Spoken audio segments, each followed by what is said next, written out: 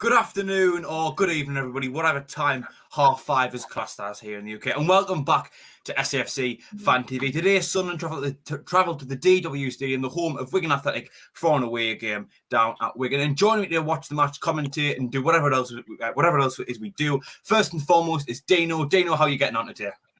Tired, mate. Not long. I've just got up because I'm on night shift tonight. So I've got up, come on here, go to the match, straight back to bed after.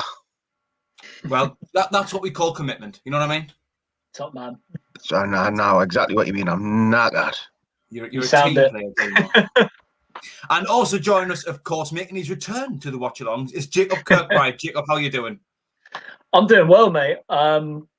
Bit nervous for tonight's game. Don't get me wrong, but yeah, excited to be and also happy to be back on, Jack. Massive game tonight, isn't it, really? But Jacob, I know you've got a little announcement first. You want to tell everyone about very quickly?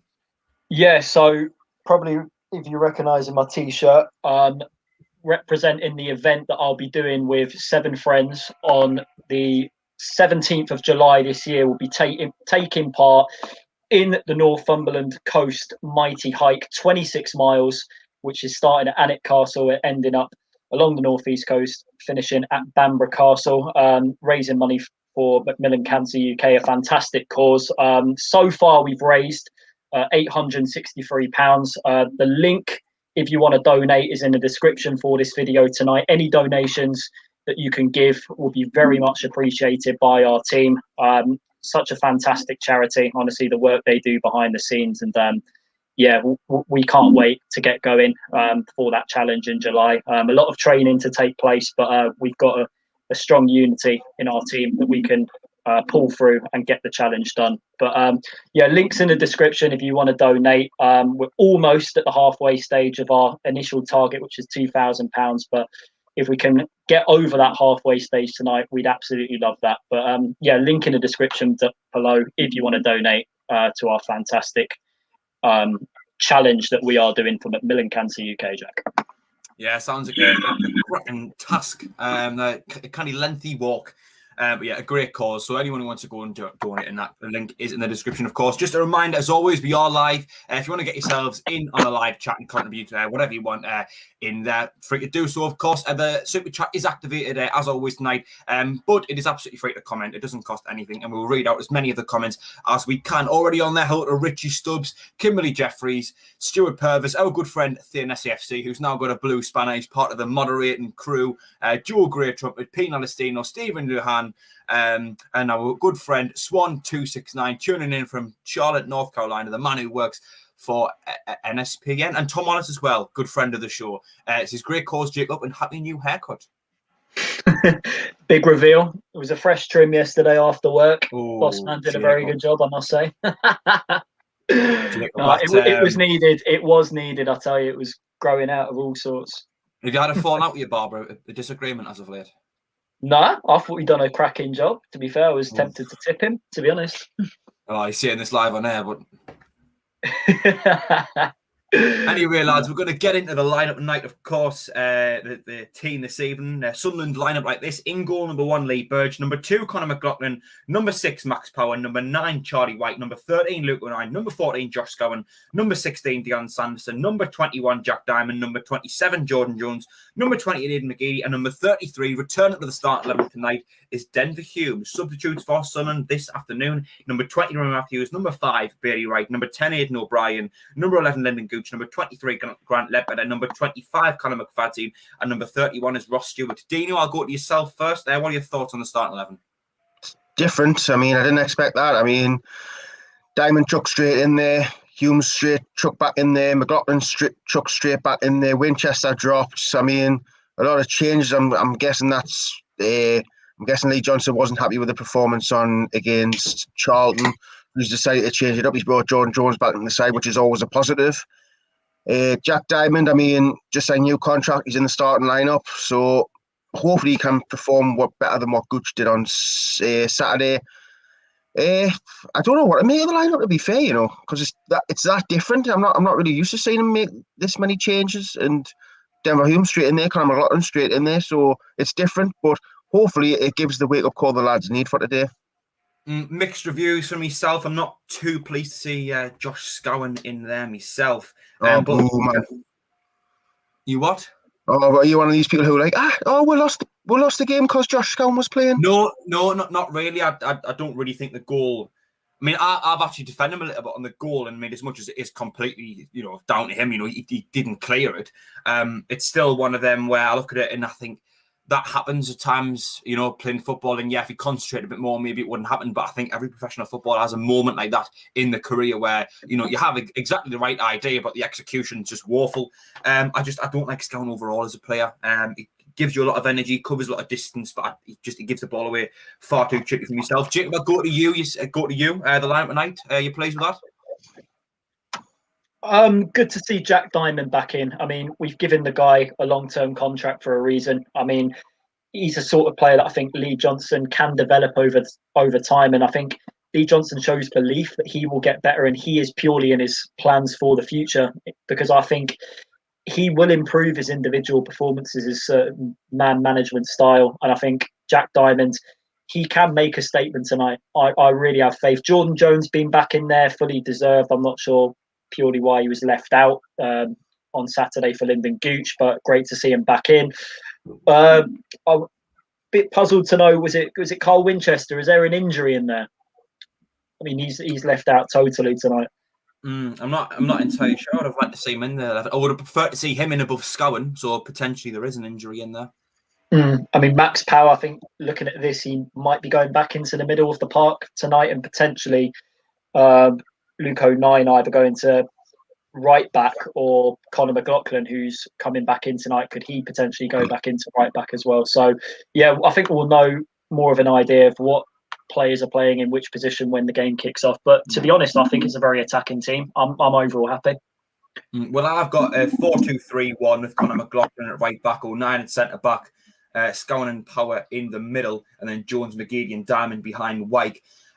Jack Diamond coming today, we've kind of touched on it just a little bit. Dino, I'll go to yourself first. Are you pleased to see him in there? Because I don't think he's got a lot of end product myself. I mean, it's a funny one with Diamond. I mean, at the start of the season, he was assisting a couple of goals, and he was getting the odd goal himself. And then he had the spell where he just seemed so ineffective. He was just getting pushed off the ball too easy. His final product wasn't the same. I don't know if he had a dip in confidence for some reason. I'm not 100% sure. But after Gooch's performance on Saturday, I mean, who else do you really bring in? I know people say Chris Maguire, but clearly that Lee Johnson doesn't rate him because he was playing in the under-23s. So, I mean, that just shows how Chris Maguire's stocks fell since Lee Johnson's came in.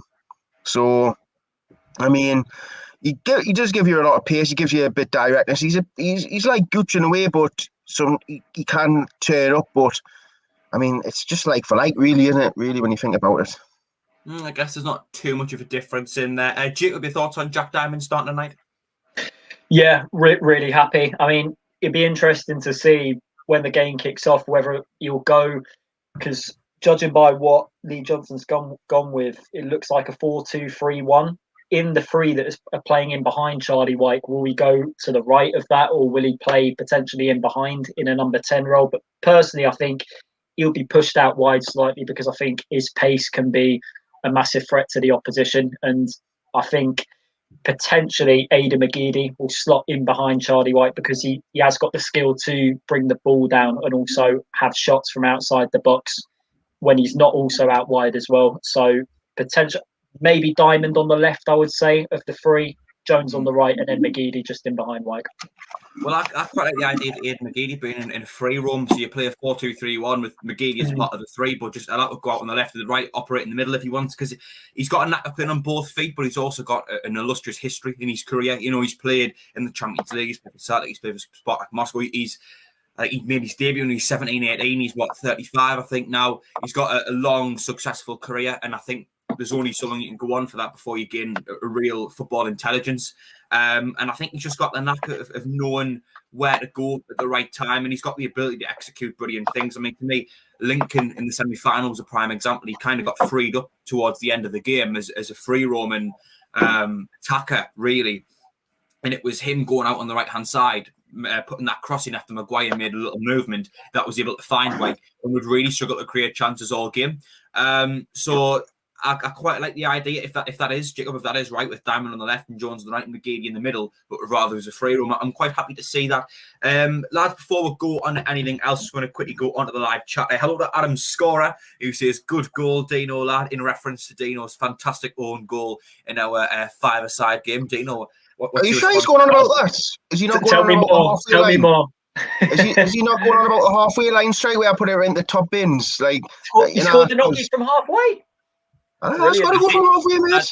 I think he's exaggerating ever so slightly by saying halfway. It was probably like on the edge of the box, but what if you stick another 10 yards on or so?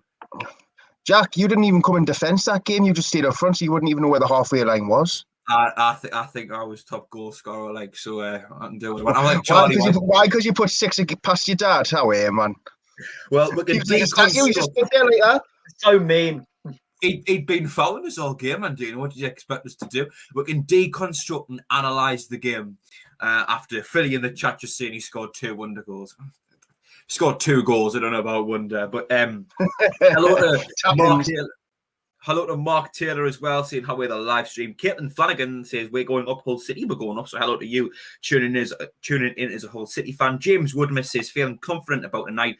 I'm not too confident myself, in all honesty. I'm confident. Well, I think we'll pick up the win, but I'm not assured we will, and it's such an important game tonight to bounce back. Hello to the Bristolian Mackerman Danewood as well. Lads, another talking point. Charlie Wyke started front tonight. For me, I would have dropped him, actually. I would have started Ross Stewart tonight as a sole striker. Dino, yourself, are you pleased to see Charlie Wyke in there, or would you have given someone else a chance? Personally, I would have probably given someone else a chance. I mean, I feel like if you're going to play the long ball game, Ross Stewart's a lot more effective in that because he's taller. He wins a lot more headers.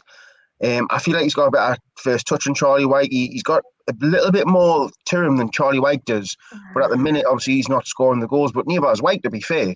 So, like, it's a toss-up between them both. I think Wyke only gets his place because of the season he's had so far, and he can get the goal. But after Saturday's performance, where he had the one-on-one, and people can say Ben Amos made a great save, or you could say Charlie Wyke could have done a lot better for a man who's on 26 goals this season or something.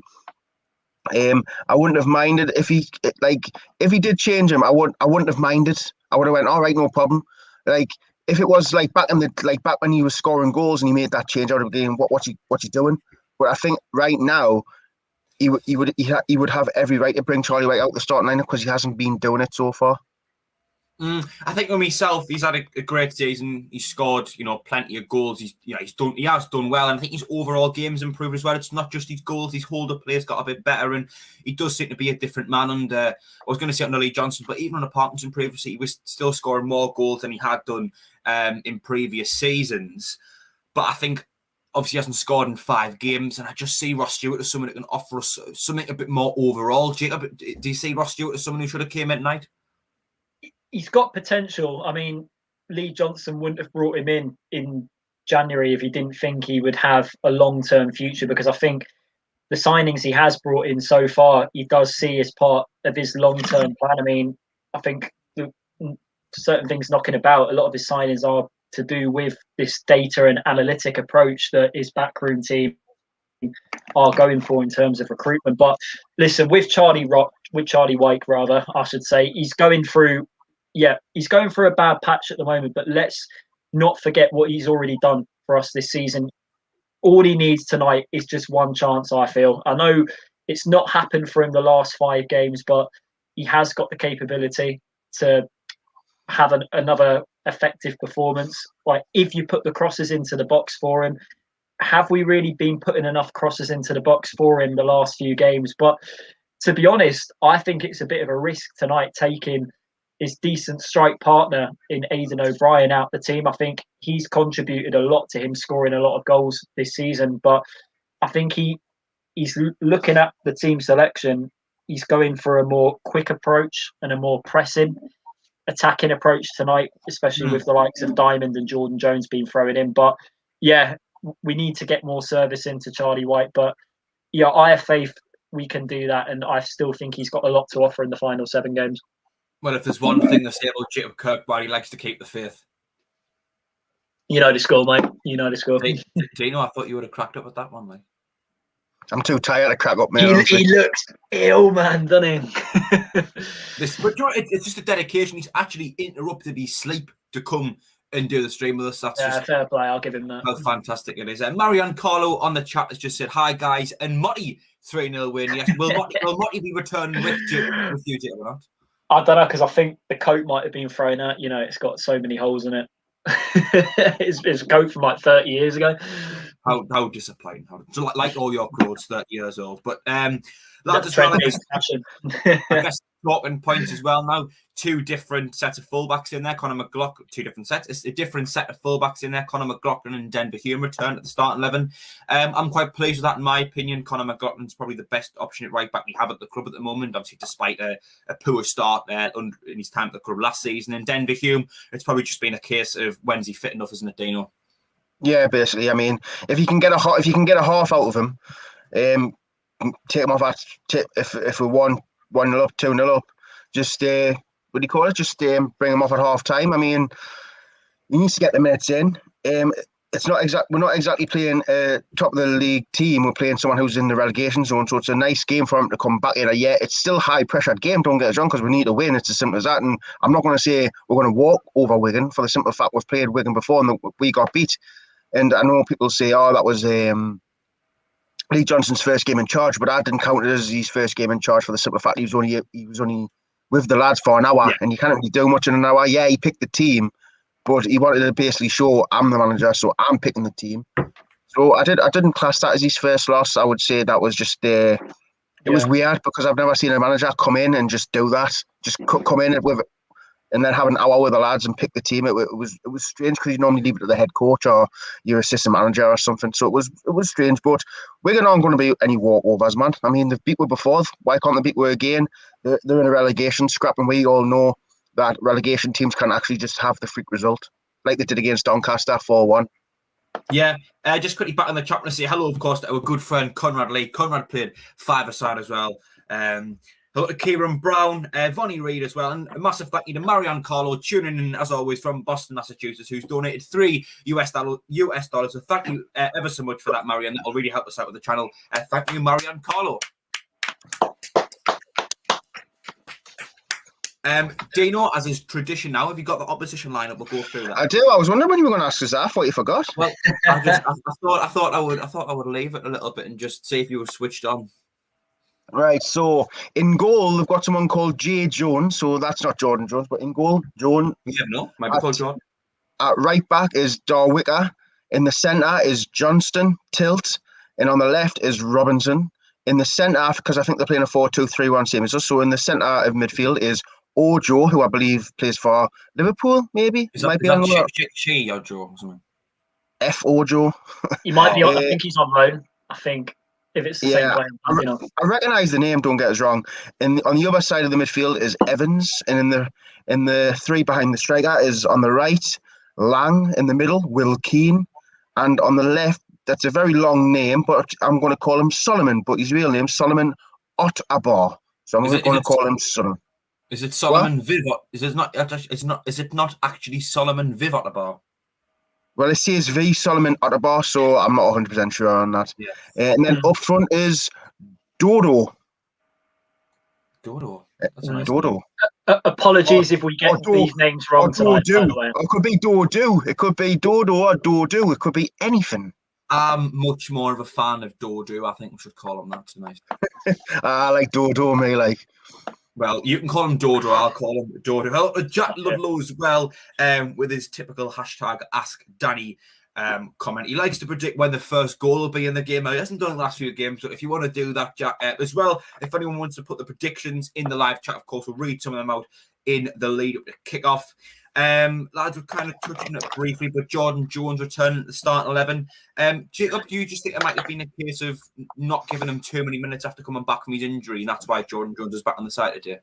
Well, I don't, because there were rumours circulating that he was left out on Saturday because I think his missus was in labour. That's what I heard. Yeah. But if that was the case, he was still on the bench. He still came on with half an hour to go. You would have thought many players in that sort of situation would be left out altogether. But listen, he's in tonight, and I think we've just got, even though he didn't have his best game when he came on Saturday, he has got the capability to just like put in such a brilliant performance, and he has got brilliant crossing ability, and I think better crossing ability than Lyndon Gooch to get the ball into Charlie Wyke. So I'm happy he's starting, to be honest. Yeah, actually, he's got more in product than Gooch. He's just got that quality on the ball. Pace. Pace as well as one, but I think Gooch has got a fair bit of pace as well. But the difference, and we see it all the time, it's the decision making. That's what it is. It's Gooch doesn't have the same knack of Jordan Jones in the final third, in my opinion, to create chances. It's his game intelligence just isn't quite there yet. Dino, I know you're pleased to see Jordan Jones back in the starting 11. He's a very creative outlet, isn't he? Yeah, he's just one of them players who's a must start. It's like if McGee's on, Jordan Jones should be on. It's as simple as that. He's that good. I mean, yeah, he's come from Rangers, but every time he's played, he just causes problems. Whereas Gooch only causes problems in spells, whereas Jordan Jones is a problem all the way through the game. And you've seen him cut inside and have a thunderbolt in the top right corner against, I think it was Crewe when we were 2-0 down. I mean, he's got something special about him. He can get past two players. He's just a dangerous person. He adds a bit of speed. I mean, the bloke is just a level above this league, and why wouldn't you be playing him? Yeah, like Jacob said, he's last went into labour, or she was in hospital or waiting to go into labour. But if that's the case, you start him, and if she goes into labour, bring him off and then bring Gooch on. I didn't understand how Gooch started over Jones, but that team was still. Let's not get this wrong. That team was still good enough to beat Charlton. Simple as that. And to say that, we lost it because Jordan Jones wasn't on the pitch, I mean, that's, in my opinion, a bit of an excuse, because that team was still good enough at the end of the day. I know everyone would prefer him in the starting lineup, but you've got to trust Lee Johnson in these decisions, because that's why he's the manager. If that was Phil Parkinson, imagine like how everyone would be going absolutely off it.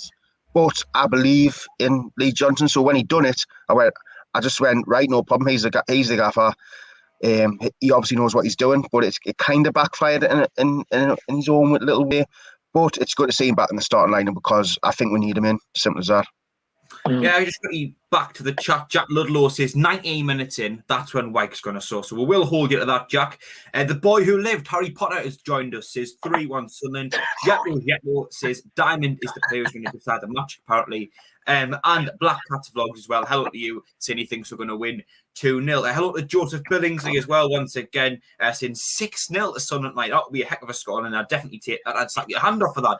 And of course, Darren Ayres says, evening lads, good game against my team, Peter, the other week. Loved watching Luke 09. We all love watching Luke 09. Brian Halliday as well, saying the King played an under-23 game, should be on the bench with Josh Hawkes. And we're going to talk about Maguire just briefly, but before we do, I want to say a massive thank you to Warren Ridley, who's just donated £5. Thank you ever so much, Warren, for your £5 donation, saying keep up the good work, lads. Thank you for that, Warren. That will really help us out with the channel. Well done. Brilliant. Hello to Justin Rico as well, tuning in from Edmonton, Alberta, Canada. Denholm13 as well, Dino's biggest fan. John Bradley as well, saying Maguire should be at least on the bench. So we're going to go through Maguire just very quickly before kick off. Jake, I'll go to yourself on this first. Chris Maguire, what do you think's happened with him? Because he's not really been active in the first squad much, has he?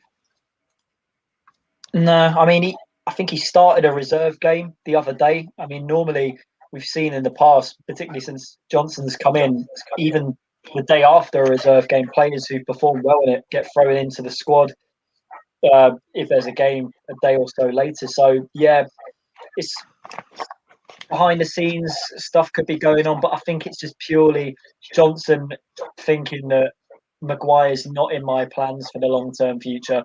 I think that's just the case. I think he himself potentially will know by now that it looks like he's going to be. Is his contract up at the end of the season? I think he's one of the ones that are out. Yeah. So it looks like he's going to be away, which is sad because I think Maguire has produced some special moments for us since we dropped down into League One. But it's time to move. I think was it 31, 32 now. So yeah, it's time to look up to that next level. But then again, it all could depend on what division we're in next season. But yeah, Johnson knows he's got his ideas in place of what players he wants, and it doesn't look like Maguire's part of that, which is sad to see. But then again, like Dino's mentioned a few times, he hasn't done it enough for us this season. He had a decent spell when he came back into the team around about February, beginning of March. But other than that, he was pretty poor when Parkinson was in charge at the start of the season. And has not done enough to really affect much in terms of results this season. But yeah, it would be sad to see him go. I do like Chris Maguire. Yeah, just very quickly, 145 people watching, 42 likes. If you haven't already, please do give us a like. If you're enjoying the stream, hit that thumbs up button. If you're watching on a mobile device, you might need to close your live chat first. And if you haven't already as well, please do subscribe to the channel. You won't miss any of our future watch-alongs, any other videos, or any of the live streams as well that go up on the channel. Let's see if we can get 300 likes by the end of our live stream. We tend to do it normally. So if you haven't already, please do give us a like. Let's see if we can get 100 before kick-off. That's normally a nice little goal with that set. Quickly back onto the chat. Speaking of Chris Maguire, King Maguire 1 has joined us. Say hello, everyone. So hello to you, King Maguire. I wonder if it's the actual one. Johnny Cool, who Dino's got a little song about. Java? Yeah. But Johnny Cool, that one. Yeah. Sorry, mate. I'm still half asleep here, man. Is that listening to me talk, is it? No, I like when you ramble because most of the time you don't make any sense anyway. Yeah, of course. Hello to Brian Halliday as well, saying Josh Hawke scoring for fun at the moment. Apparently he's banging them in for the under-23s. City and Bork as well saying, are they going to show the match? Anyone? No, we don't show the match. We just watch it. If you do want to watch the match, you can watch it on SAFC.com. You can buy the streaming pass on there. I think it's $9.99 living in the UK, and I think it's $7.99 if you live abroad. I could be slightly wrong, but SAFC.com is where we buy it. Brian Halliday saying McGeady is 35, I think in reference to Jill about Maguire's age. Dino, I'll go to you on this. I know you like hearing us ramble, so I'll ask you instead. Chris Maguire, do you think he should be in the team today? Nah, he hasn't done it for me. I mean, yeah, people are holding on to like memories of him in the first 2 seasons of him scoring wonder goals and being man of the match and stuff like that. But this season, he just has not done it. He's had the chances, and he's probably only taken one of them where he came on and scored that rocket of a goal. I mean, like his overall play has been quite awful. He seems to be a passenger these days when he's on the pitch, like where Power was last season. Like when Power was on the pitch, he was like more of a passenger than a team player, and that's how Chris Maguire was when he was playing. And I mean, yeah, on his day, Chris Maguire can be a good player, but them days are few and far between these days, and you can't hold on to what he was. It's what he is now, and what he is now is just not good enough. And I mean, he doesn't warrant to even be on the bench. I mean, this is how low Chris Maguire has gotten to. I mean, it is hard to face the fact that we all love a bit of Maguire. He was a wind-up merchant. He was a king. He was a proper. He's what you call a proper player who just loved playing in front of the fans, and with the fans not being there, I mean, could that have an effect? Because some players just love playing. I think he's one of the players who probably struggled this season with not having fans in. Like, I think it's actually positively impacted certain players, but I think Maguire could be one that's actually had the opposite effect of. Yeah, it possibly could be. It's like the Charlie Wyke thing. Is he playing well, scoring goals because there's no fans there? There's no one to boo him or shout at him when he misses.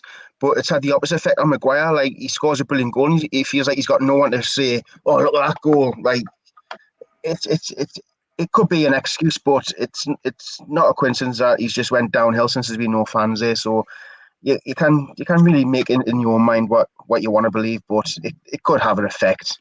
Yeah, a few people saying apparently Bailey Wright is in the starting 11 now. But Jacob, just very quickly, we can go to you for the commentary as well for the first 15 minutes. But I know you want to give another quick mention to your charity work. Now that we've got some different people watching as well. Do you want to just give another quick mention to that?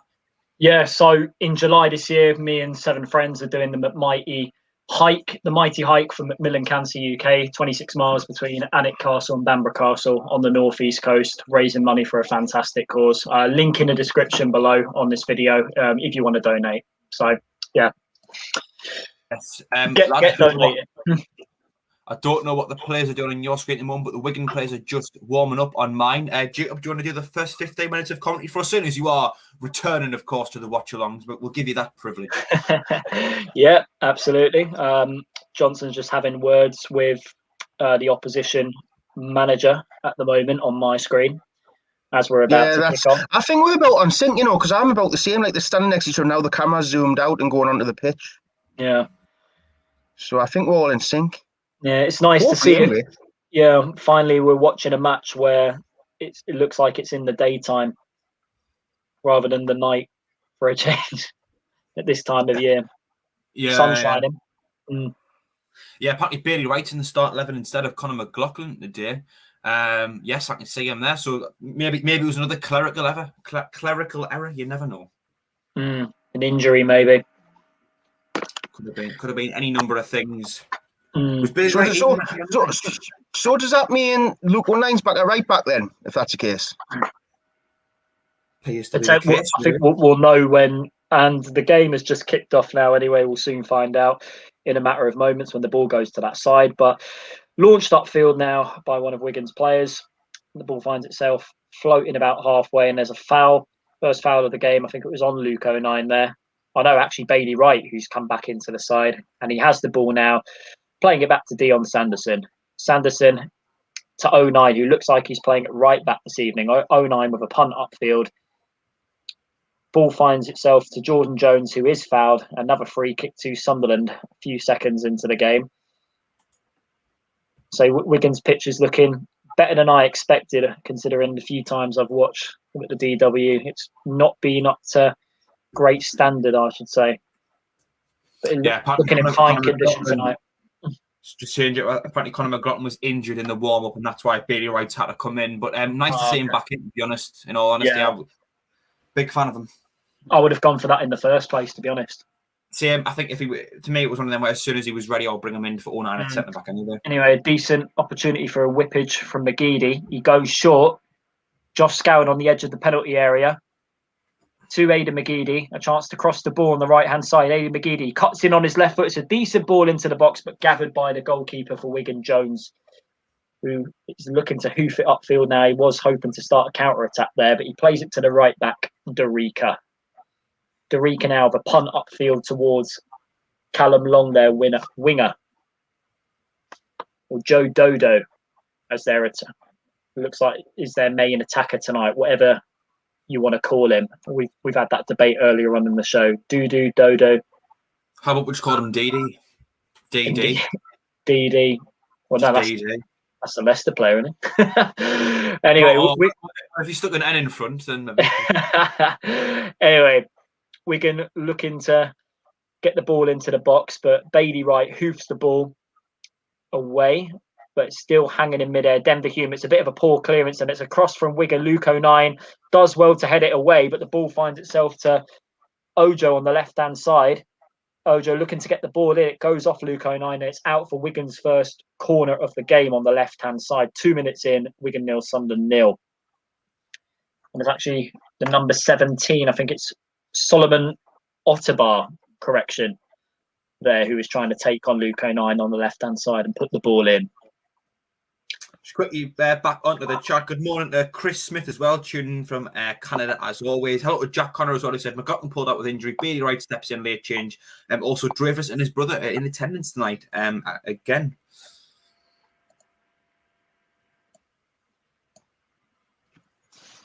As Wigan wait to take this corner now. Going to be swung in. I think it's Callum Long who's stepping over it. Swung in with his right foot. And is it headed away from Bailey Wright? And it's a chance there. And it was a header put in. But Lee Burge does well to get down and gather it. And it's a punt upfield from Lee Burge. He goes long looking for, I think it was Jack Diamond. But Wigan have the ball on the right-hand side now. Ojo playing it back to Lee Evans. And I think it's Tilt on the ball there now. They're number 4, one of their centre-backs tonight. Tilt with a long punt upfield down the right-hand side to Ojo as he intercepted there. Sunderland player claiming a free kick, and he does win it. It was Jack Diamond who was fouled there inside Sunderland's own half, which Lee Burge is going to take. Just quickly back to the chat. Hello to Keith Lupton as well. King Maguire once saying Luke 09 is right back. Yeah, nice to see him back at right back, in all honesty. He has done well at centre back, but I'm quite pleased to see him resume his old spot and have Bailey Wright back in there with them being a bit more experienced. Hello to DJ Sizzler Watson as well, our friend, of course. Back to you, Jacob. Yeah, no worries. Thank you, Jack. There's a header upfield by a Sunderland player there, and it's gone out for a throw on the near right-hand side for Wigan Athletic, which the 34 Robinson is going across to take. The Sunderland players now have the opportunity to play with their high press and put a lot of pressure on Wigan's players when they do have the ball in the defensive areas of the pitch. And it was a bit of a scuff punt there from Robinson. And Sunderland players are Josh Scowen putting on the pressure there on Ojo. And Dorica now is put under even more pressure as Charlie Wyke is looking to get himself into the game. We've seen little of him in the first 5 minutes so far. And Dorica once again tries to punt the ball up down the right-hand side, but Sunderland have it now. Ada McGeady to Max Power. Max Power goes back to Dion Sanderson. Just inside Sunderland's half, Dion Sanderson to Jordan Jones, looking to take on Robinson, but Robinson does well to win the ball back off Jordan Jones, and Max Power commits the foul trying to intercept the ball off Lee Evans. Free kick to Wigan Athletic. Yeah, Dino, what are your thoughts on the first 5 minutes from what we've seen so far, mate? Right, you can't really gauge it. I mean, both teams, the first 5-10 minutes is normally just the same old, really, and it's just scrappy. No one's really took hold of the game. No one's really passing very well at the minute, but yeah, just scrappy. Mate, back to you. Yeah, and the free kick from Robinson does find Will Keane inside the penalty area. Will Keane closed down though, but the ball finds itself. Is Ojo got it, and it's a shot there. I think it was actually Will Keane who took it on himself, but a decent save from Lee Burge. Would have taken a lot to beat Lee Burge from there, to be fair. He did well to get down and gather it, but he was never going to be beaten from that position. Well, no one Daniel will like proclaim it as like the greatest save ever made by Anyway, Dion Sanderson, a punt upfield now. He was looking for, I think it's Jack Diamond on the left-hand side, but a clearance from Johnston, Wigan's centre-half, and it's a throw to Sunderland on the far left-hand side. It's quickly back to the chat. Look, Steve M73 tuning in from a sunny Glasgow. Not often Glasgow's sunny, but Glaswegians. Oh, it is a break now. Jack Diamond getting into the penalty area. Jack Diamond, is he going to find a cross? He does. Oh, and it's knocked away by the centre-half tilt, and it's Sunderland's first corner of the game. 6 minutes gone. Really good play there from Jack Diamond, but Charlie Wyke and Ada McGeady just in the wrong areas as he crossed the ball there. But anyway, let's see how Sunderland do with this corner. First, I was going to say Denholm 13 is just Jacob sounds like Matty even when he's not trying to. Oh, really? I'll take that as a compliment, to be fair. Anyway, Ada McGeady with Sunderland's first corner of the game on the right-hand side. And it's a decent header from Bailey Wright. And is that a foul by Charlie Wyke? It looks like the referee has given it. Or has he given it as a free kick to Wigan? No, it's a second corner to Sunderland. It was a bit of a strange corner tactic from McGeady there. It was a header from Bailey Wright and was headed away, I think, by Johnston as the header came in. But Wyke trying to win it. It gets it off the centre half. Tilt, and it's out for another Sunderland corner, which McGeady swings in. It's a poor one this time, headed out easily by Tilt. Scowen now. And it's a poor pass as he tries to find McGeady on the right-hand side, throw into Wigan Athletic on the near right-hand side. Yeah, Jack, back to you on the comments, mate. Yeah, Carl Kirkison, 5 points behind us if you lose. So is that what Hull or Peterborough fan tuning in? The Welsh trumpeter Ricky Hunter says hello from Wales. That is a fantastic YouTube name, Ricky. Hello to you tuning in from Wales. Jacob SAFC says up the sun, and of course. And just very quickly, 225 people watching, 85 likes. If you haven't already, please do press that thumbs up button and give us a like. See if we can get 300 by the end of the stream. If you haven't already, you might have to close your live chat. If you're watching on a mobile device, but if you haven't already, please do give us a like and subscribe as well. If you're new to the channel, you won't miss any of our watch-alongs or any of our other shows, live streams or videos. Thank you, Jack. And Max Power with a volleyed ball into the box towards Charlie Wyke, but it finds Josh Scowen now. As Sunderland looking to start another attack, and he goes down the right-hand side to Max Power. Max Power looking to find a cross, but he goes in the centre to McGeady instead. Luke 09 now. Jordan Jones is looking to take on their left-back Robinson, but Wigan have the ball back. Tilt, their centre-back, is put under a lot of pressure as Charlie Wyke closes down the goalkeeper Jones, but Jones, it's a punt upfield towards Callum Long on the right-hand side. He did well to keep it in play there, but Josh Scowen wings it off Fanzo Ojo, their central midfielder tonight. Dion Sanderson, very calm and composed at centre-back on the ball as he normally is. Luke O'Nien with a punt upfield, and it goes out for a Wigan throw. Seems like we're doing a lot of this one direct style of play in the early minutes, so not really much changes from Saturday. We need to get more of our attacking players on the ball, I feel, in these first 10 minutes. Dino, would you agree? We just need to pass the ball. I mean, why we're going long for? I don't get it. I mean, Wigan aren't the greatest team in the world. Why are we not trying to play it on the floor? Like, this long ball stuff just doesn't work. Not when you got Charlie Wyke up front, because he's not exactly a target man. But back to you, mate. Oh, and Jack Diamond has the ball now. And, that was a decent opportunity to find McGeady. I think he should have done better there. But it goes out for Sunderland's third corner of the game as we've just reached the 10-minute mark. Wigan Athletic 0, Sunderland 0, if you've just joined us here on SAFC Fan TV. And does it look like Jordan Jones is going to take this corner? Jack will come to you on the comments after this corner's been taken. Jordan Jones on the near right-hand side is going to whip this corner in with his right foot. He does. Dion Sanderson heads it back into the danger area. And Tilt, the centre-half, is looking to get it away. Dion Sanderson closing him down. And whacked away by the right-back, Derica. And it's a poor header from Max Power there. Finds Lee Evans, their midfielder. Tilt, their centre-half. Ball goes on the left-hand side to Robinson. Solomon Otterbar trying to start an attack. And I think Luke O'Nien has committed a foul there, which Lee Johnson is not happy about on the sideline with that refereeing decision. But Jack, back to you on the comments, mate. Yeah, Steve M73, of course, tuning in from Glasgow, says Jordan Jones is channeling his inner Linden Gooch, losing the ball, apparently. In Tyres 456 is up the ticks. Well, welcome to any Wigan fans. Tyres 456 of course. We hope you're having a good day, but we do hope you get beaten tonight, but we hope you stay up in the end, actually. But just like that, all that matters is that we get the 3 points tonight. But good afternoon, any Wigan fans tuning in. Yeah, thank you to any Wigan fans tuning into our live stream tonight. Anyway, Wigan trying to keep the ball on the floor now with Fanzo Ojo playing in the middle to Lee Evans. He goes back to Johnston, the centre-half. Derica playing it back to the goalkeeper, Jones, inside the penalty area. Closed down by Charlie Wyke, but he plays a ball straight out of play. Good pressure from Charlie Wyke there as Luke O'Nien gets the throw into the box. Charlie Wyke is a flick on. Max Power gets it down.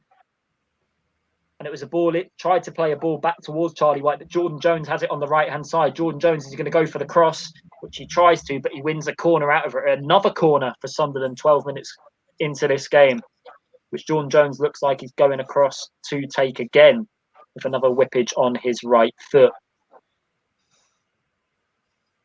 Dino, what do you reckon to that bit of pressing play by the lads there? That was well played. Just unlucky by Max Power. He tried to pull it back, but was intercepted by Wigan. It was good position by the Wigan player. Yeah, it was actually nice to see that. Some good press. Back to you. Anyway, takes the corner short. Ada McGeady plays it to Jordan Jones. Jordan Jones along the floor. Charlie Wyke has it. It's Scowen, and it's cleared away. I think it was by Derica there, right back there. And Josh Scowen now on the right-hand side. Jordan Jones, Charlie Wyke in the penalty area. Looking to get the ball in the box. He's in the wrong area of the pitch, Charlie Wyke there. But Jordan Jones has it. He's in a good area now. And he wins another corner for Sunderland, which Jordan Jones is going across to take again. I must admit, like Charlie Wyke, thinking he was Ronaldo with that little flick there at the near post, wasn't he? I was waiting for someone to mention it, like.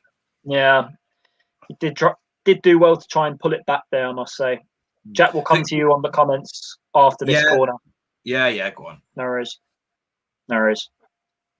You know, we'll come to you now. The linesman stopping him from taking it. So what are you saying? Lee Hall just said need to be making the most out of these corners. I mean, for sure, I think this is our third or fourth of the game. I can't think of any main chance we've had from them, so definitely. Well, Jordan Jones make use of this one. He goes along the floor, Max Power, and a shot from Scowen. It's blocked. O'Nien in the way of it, but Charlie Wyke has it. And Luke O'Nien, did he receive a kick to the head there as that corner was taken? Is he still down on the floor? The camera pans back to that right-hand side, but Sunderland have the ball. I'm not sure if he is still down. I think the camera would pan to him if he is. So look, I'm assuming he's back on his feet. Charlie Wyke now to Josh Scowen. Josh Scowen is fouled. It was good pressing play there by Scowen. He takes it quickly to McGeady. McGeady to Luke O'Nien on the right-hand side. Jordan Jones. Jordan Jones looking to take on Robinson, the left back, just to the left of the penalty area, and it's a foul by Robinson just outside the box. This is a dangerous area for Sunderland. There's definitely Ada McGeady territory, and that could be the first yellow card of this game. Is it Robinson, the left back, who's going to be booked, or will it be Tilt, the centre half, when the camera zooms in? I think we've got to have a shot on goal here. Like, I know some people might say, 100%. But to me, it's too good of an opportunity to get someone like McGeady on this and have a good shot on target and at the very least work the keeper.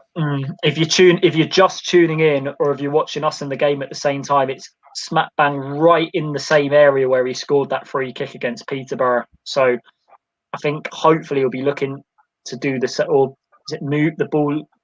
Looks like it's moved slightly more to the right hand side. I mean, I don't know whether we're going to go for the whippage option here. Yeah, bit further out wide, but I would John Johnson. But I would still say have a pop, to be honest.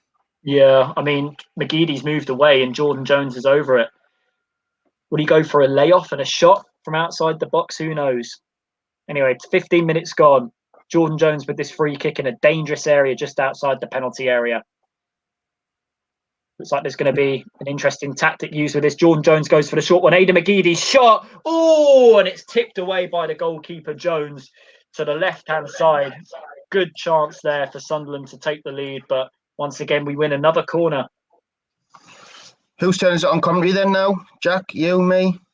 I'll do the next 15 if you want, lads. I'll take us till Substitution. Over to you, Dodsey. Yes, Jordan Jones of this corner now. Left arm goes up, swings it into the box. Flicked on by Bailey Wright, but out for a Wigan goal kick there. If you are tuning in, I know James just mentioned it, but it's Wigan Athletic 0, Sunderland 0 at the DW Stadium. The sun is shining. We are 16 minutes and 17 seconds into the game. Couple of half chances for either side. We're just getting another view of Josh Scowen shooting at the Wigan goal, getting a block on it, and then the ball fell to Wyke and wasn't able to convert from there. But hopefully Sunderland can make use of these set pieces. We had quite a few corners, a couple of free kicks in and around the box. Just getting another view of that. The one with Luke O'Nien getting kicked in the head, but Wigan look to take this goal kick. All of a sudden now, looking to take this goal kick towards the left side of the 6-yard box.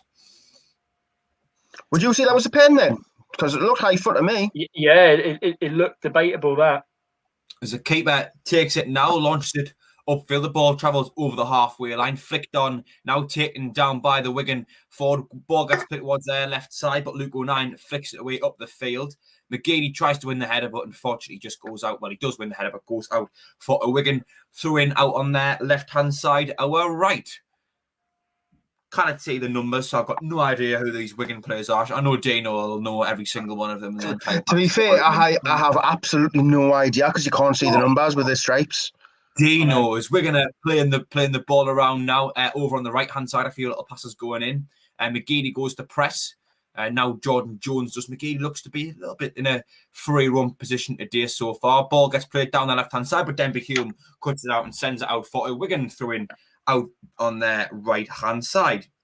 Tony Lee on the chat saying, all right, lads, said it was a class above at the five-a-side last night. The word class doesn't come to mind when we talk about the five-a-side, but Wigan get going again from this free kick out on the right-hand side. The ball goes back towards the centre.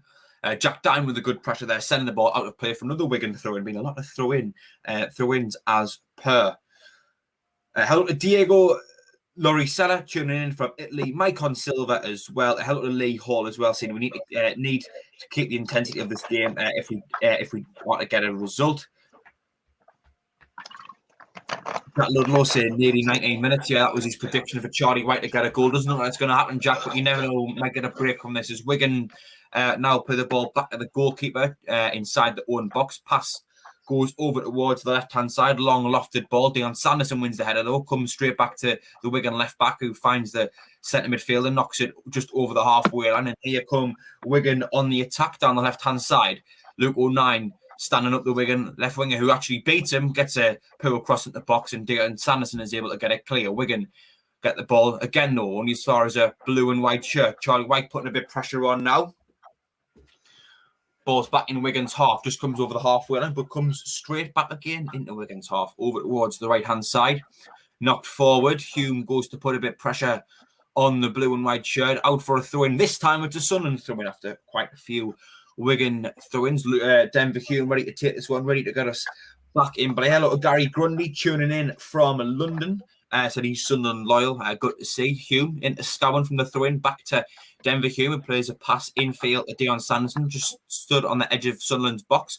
Over to Luke O'Nien. Back at right back to date. Inside Max Power passes it back to Dion Sanderson. Power receiving a push in the back there. I think the referee played advantage as Lee Burge kicks the ball upfield, but Sunderland have been given a free kick there. About 5 yards ahead of our own box. A pretty standard free kick there, which Power will look to take. He does take it, but I think the referee wants to take it again as it was taking a few yards ahead of where the actual foul took place. Sanderson knocks it over to Luke O'Nien at right back, who sends it up the line, chested down by a blue and white shirt, however. Sunderland, I think, despite being probably the slightly better team in the opening 10-15 minutes, have just taken themselves off a little bit as we're going to be getting a little bit more of the ball. The Denver Hume, however, has a throw-in to take out on the left-hand side after a pass across the field. Wasn't able to be retrieved by a Wigan player. Hume knocks it short to Josh Scowen out on the left-hand side. Scowen fouled by a Wigan player, a little trip in the back. Out for his Sunderland free kick out on the left-hand side, kind of where a throw-in would ordinarily be taken. Bailey Wright to take this one. If you are joining us, it's Wigan 0, Sunderland 0, 20 minutes and 48 seconds on the clock. Lee Burge to take this free kick for Sunderland out on the left-hand side. Burge knocks it forward. Ball just goes over the halfway line, looking for Charlie Wyke. Wyke does win the flick on, but unfortunately doesn't find anyone. Jack Diamond will chase the ball down, goes out for a Wigan throw-in. Not a lot happened, Dino, has it really? No, not really. I mean, it's disappointing when these two teams are totally different ends of the league. I mean, I don't know what it is. We're just struggling at the minute. It just seems like we're struggling to create chances. I mean, this Wigan team have conceded 60-odd goals this season, and we're making them look we're making them look like a decent defensive side. It's quite terrible, really, when you think about it. We're getting to take this throw-in now. It goes up the field, headed away only for another Wigan throw-in. Jacob, there's been a lot of Wigan throw-ins, haven't there? Yes, not the best game to watch so far, Jack, to be honest. A lot of Route 1 action. I think I'm surprised, to be honest. I mean, the way how Johnson's changed his team, you would have thought we'd play a lot more fluid football on the floor, but it's looking far from it so far. But anyway, back to you. Yeah, ball got switched there. Now out for a Sunderland throw after a good bit of pressure from Jordan Jones. Won us a throw-in. Power now flicks it on to Charlie Wyke, who does well to keep the ball despite 3 shirts. The referee has his hand in his whistle, looks as if he's playing advantage. Strong tackle by the Wigan left back out for his Sunderland throw-in, I think, after the advantage had already been played. O'Nien into McGeady, back to Luke O'Nien, up the line to Aidan McGeady now. He's got Jordan Jones just inside of him, got O'Nien behind him. Intervened again by a blue and white shirt, out for a Sunderland throw-in out this right-hand side, which O'Nien takes. O'Nien back to right back again tonight. Back towards Aidan McGeady, passed inside to Charlie Wyke, who's controlled the ball. He tries to find Jordan Jones, but couldn't quite get the ball out of his feet in time. Wigan get it clear. Sanderson and Wright wins the header now for Sunderland. Sunderland free kick, however, though, after a foul on Bailey Wright. Lads, this is a difficult game to watch, really. I think, Jacob, you kind of summed it up really well. Steve M73 saying, Dino Nallis is spot on. We should be battering teams like this. Brian Halliday saying, no midfield creativity. Conrad Lee saying, starting to think SAFC v Charlton play a final. You better be wrong, Conrad. I cannot take that again. I hate playing Charlton, especially at Wembley. Back in play now, though. Bailey Wright over towards Denver Hume on the right-hand side. Right-footed ball goes in the middle, but there's no Sunderland player to even challenge there. Max Power does win the header from the second ball, though. Wyke takes it down very well, trying to find a Sunderland player, but Wigan were able to intervene in the meantime. Goes over towards the right-hand side now. Wigan trying to build an attack down the flank. Sanderson heads it towards Bailey Wright. He wasn't under any pressure at all there, but I think he put the Australian international into a difficult place there. Was Wigan trying to build an attack on Sanderson intervenes, or left-footed ball sends up the field, taken down with a chest now in the middle of the park by Wigan over towards the left-hand side, taken down. Luke O'Nien intervenes well. I think that was Viv Solomon Otterbar. Try and say that name very quickly. Out for a Wigan throw in now. Lee Hall in the chat saying, agree with Dino. That's why Conte was finishing in the top 2. Hull and Peterborough are hammering teams, and we seem to have a hunger to go up. And there's us struggling to create chances. Dalton McCauley, a Wigan fan tuning in, says up the ticks. Well, up the ticks, but after today, provided we get the win, best of luck for the rest of the season, Wigan. Thank you to all the Wigan fans tuning in. Speaking of Wigan, they have a throw-in out on this left-hand side, which is taken. It goes back to the taker. Knocks it back to there. I think that's their number 8. Very difficult to tell, though. Can't really see the numbers on the shirt. Ball gets switched over towards their right back, who's made a run up the field. Back to their number 8 in the middle of the park. Ball goes into the box. Sanderson heads it away. Wyke he does get the flick on, but there's no Sunderland players around him, really. And we're going to have the ball back. Just over the halfway line, just inside our half. We're going to try to build an attack through the middle now. Right-footed pass out towards the right-hand side. Again, back into the middle, though. Trying to build an attack down the wing here. Cuts inside. Ball, ambitious ball, looking for the run of the right back, who we did find cut across the box, but it was intervened, I think, by Josh Scowen there, who now found Aidan McGeady just up ahead of him. Nice little Cruyff turn from Aidan McGeady. Clearly, he was watching me at 5-a-side. McGeady. That's it back there. Great banner. Now it finds Bailey Wright. Bailey Wright, definite foul there. The referee's given it free kick to Sunderland, which is taken straight away over to Dion Sanderson. Now at right centre back, right of the two centre halves this evening. Max Power over to Luke O'Nien. Knocks it forward just to, looking for Max Power, but Jordan Jones picks it up, comes into the middle as Power finds himself out on the right-hand side, but Jones loses the ball there, a little bit cheaply in possession, and Wigan look to build an attack through a middle now, taken down well over towards the left-hand side. Their left-back has it now. Knocks it upfield. Wigan trying to build an attack. Powers come back to track back. Ball finds itself in the middle of the park over towards the right-hand side now, where Jack Diamond goes over to put a little bit of pressure on the Wigan right-back, who's made a run up the field. Wigan passing the ball about, and it's a Wigan free kick, actually, after I think that was it Luke O'Nien there? Just taking down one of their players. Wigan have a free kick now out on the right-hand side, which could be delivered into the box. Dino, what are your thoughts on the opening 26 minutes? Been awful, honest. It's a hard watch. This, I must admit.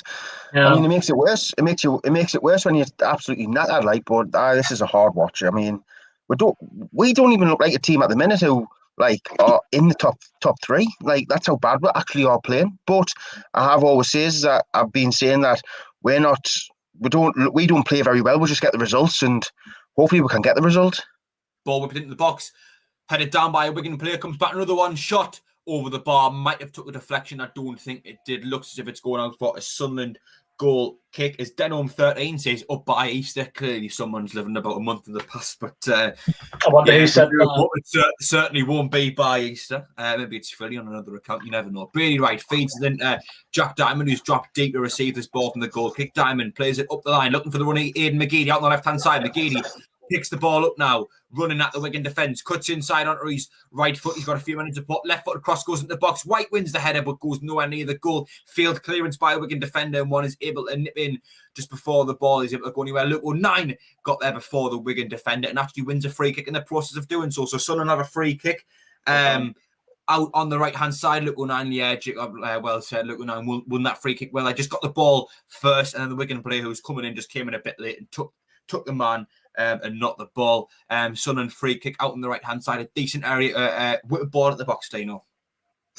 Yeah, but we haven't really been very clinical from set pieces. I mean, we've had loads of corners, nothing's really came. We've tried some different stuff from corners, I give you that, like low corners, short corners. You can tell they've been working on in training, but they haven't been working. Let's just hope we can get a decent ball in the box, because we've got plenty of men in the box, yeah. Yeah, Jordan Jones stood over this free kick as he was the free kick earlier in the game. McGeady stood about 10 yards to his left. There's plenty of Sunderland players in the box. Sanderson, O'Nien, Wright, Wyke, Scowen and Diamond are all the names in there. Ball goes into the box. Absolutely no Sunderland player challenging for it, and it's headed away by a Wigan defender. Jack Diamond is able to see the ball out for a throw-in out on the left-hand side, which he will look to take now. Looks to give it to Scowen instead. Scowen will take this throw-in out on the right-hand side. As Dalton McCauley saying there that the guy commentating sounds like he's on the horse race. Interesting comment there. Diamond, Scowen puts a shot to Diamond, back to Scowen out on the left-hand side. Looks for the run of Aidan McGeady. We couldn't quite find the ball. Gets cleared out for a Sunderland throw-in out on the left-hand side. Lee Taylor saying it's the first time listening. Very good commentary so far. Come on, son. Well, thank you for tuning in, Lee. If it is your first time tuning in to us, why not subscribe? We do this for every single game, giving a bit of commentary and analysis of the game as it goes on, or at least seeing how we see it. 117 likes as well. Thank you to every person. It's like 291 people. Sorry, watching. If you haven't already, please do give us a like as well. See if we can get a 300 by the end of the stream. But anyway, Not sure what happened there, actually. Looks like it's a free kick to Wigan. I must have missed that myself. Do apologise. Dino, what happened there?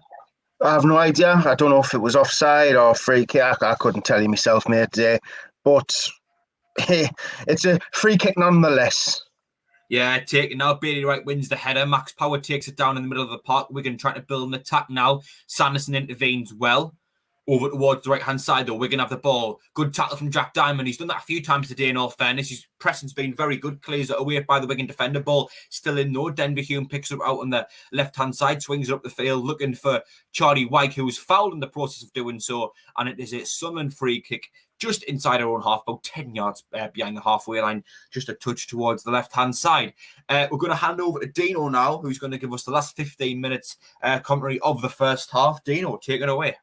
Oh, thank you. I apologise if I get any names wrong. It's really hard to see who's actually on the ball because the camera angle isn't the best to see the players' names, and having a striped shirt doesn't help either.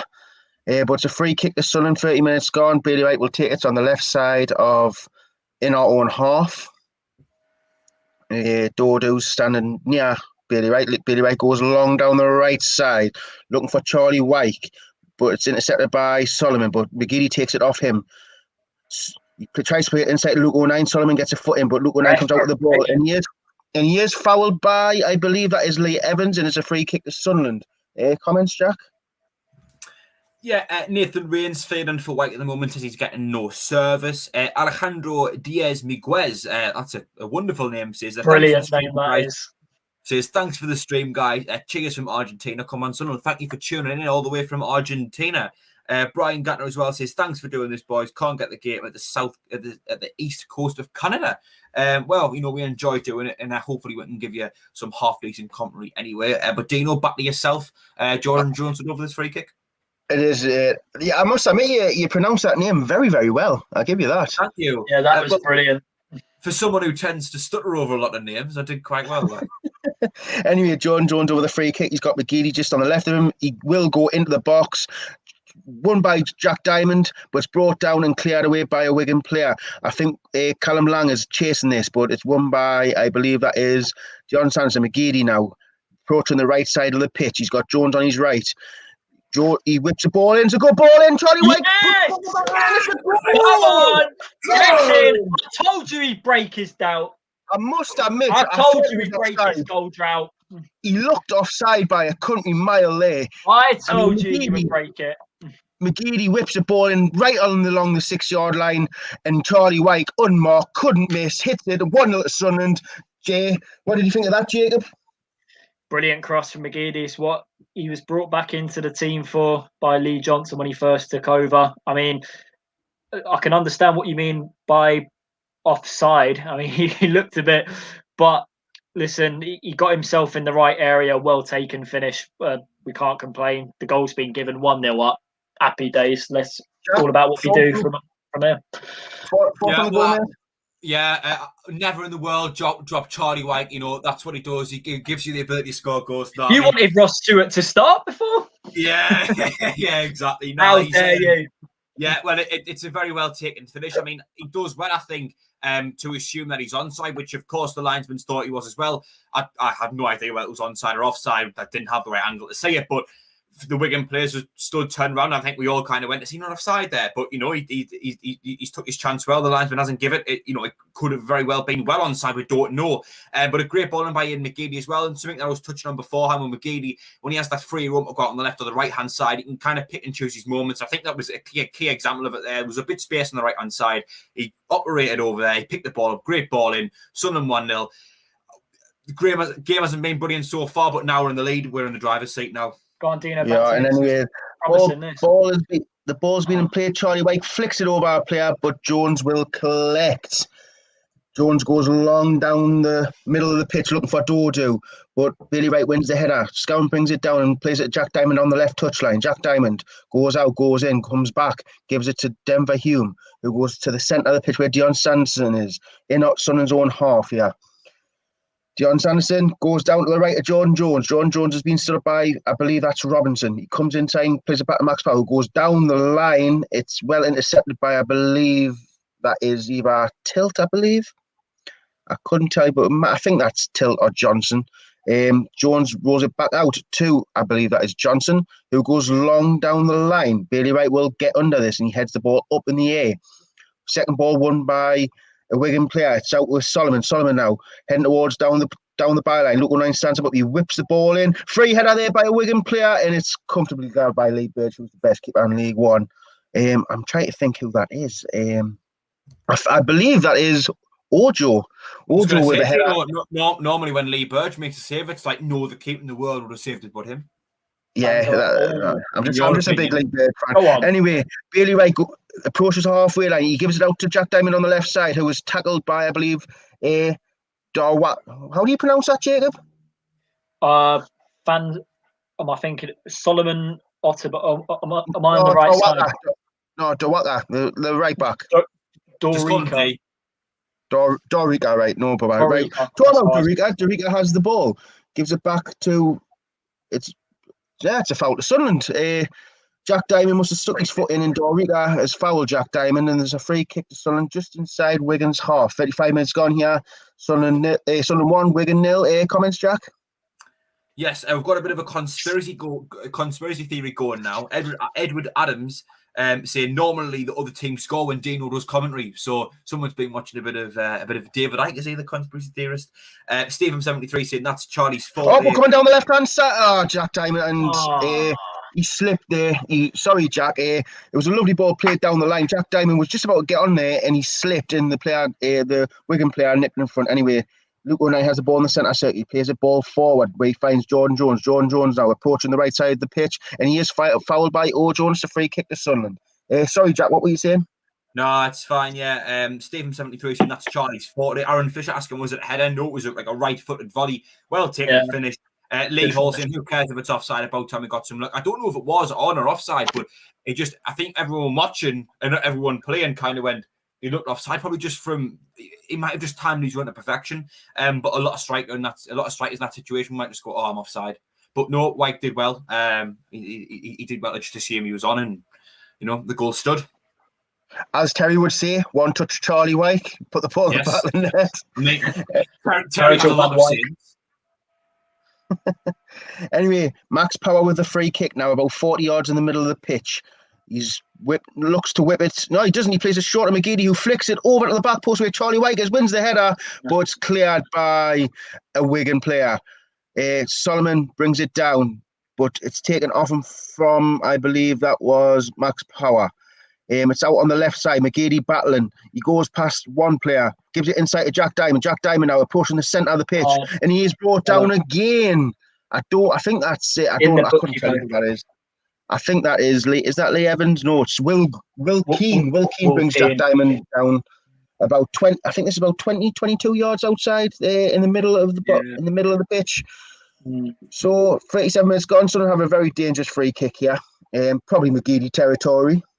I was going to say, if there's 3 words, just prime McGeady territory.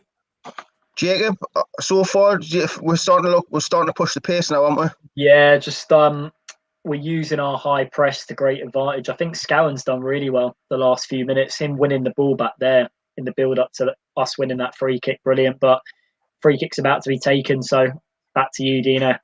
Excited about this. McGeady over it. It looks about 25 yards, I would say. McGeady's over it. He runs up to it. He hits it over the wall, and it's just over the bar. Just over. I think it hit the top of the net or the side of the net. It was similar to the Peterborough. I think it was similar to the Peterborough free kick where it looked like it hit the back of the net, but it hit the side or the top. It's a brilliant free kick. He gets good pace on it, just not on target. Goal kick to Wigan. Comments, Jack? Yeah, John Bradley saying Wigan love a foul, man. That's true. They've had quite a lot of fouls. Johnny Cool as well, SA's player of the season is Geeds. Yeah, it's got to be a fair shout. He's really changed us since he's came in, hasn't he? Really, Johnny Cool. Anyway, Wigan down on the edge of the box here, but a good tackle by Bailey Wright. He takes it right off. I believe that's Callum Lang's foot. It was a ball over the top. It was a bit of confusion. Callum Lang brought it down, but Bailey Wright nicks in, and it wasn't a back pass, but he played it back to Lee Burge. Bailey Wright now, he's under pressure. He plays the ball forward towards Jack Diamond now on the left. No, that's Charlie Wyke on the left side now. He's on the halfway line. Is he fouled there, ref? Referee says no, it's a throw into Sunderland, which Denver Hume will take just on the halfway line. He gives it to Jack Diamond now. Jack Diamond comes inside and switches the ball, but it's cut out by Solomon to Robinson, who heads the ball forward. Luke O'Nine's under this and heads the ball back to where Robinson is. Robinson plays it inside to, I believe that is Lee Evans, who does lovely there to flick it over Jones and gives it out to Dorica, who goes forward but gives the ball away to Josh Scowen now. Josh Scowen forward to Diamond just on the touchline, and he is tackled by Dorica, and it's a Sunderland throw in on the left side at the halfway line. Comments, Jack? Yes, Brian Holiday saying Wyke timed his run well and stepped back onside as soon as McGeady delivered the ball. Brilliant. Brian Holiday just saying Wyke again. Eric Rengal saying season change when Party got canned and Gade's return. I think that's probably why McGeady gets a lot of players play the season so far, because he's came in and changed the team, hasn't really. And Jamie Giles saying we're playing well. Not really, but we won a lot, and that's all that really matters. Exactly. Anyway, Max Power on the halfway line now. Plays it back to Dion Sanson on the right side of the pitch. He goes down to the touchline to Luke O'Nine on the halfway line. Comes inside. Plays it back to Bailey Wright, who's in the centre of the pitch in our own half. Bailey Wright looking for a pass. He plays it forward to Diamond. Or is that McGeady? That's McGeady now. McGeady, but he's got Ojo on his butt. Plays it to Dion Sanson across the pitch. Dion Sanson approaching the halfway line, and he switches it all the way over to Jack Diamond, but it's intercepted by Dorica, who heads it back to Jones.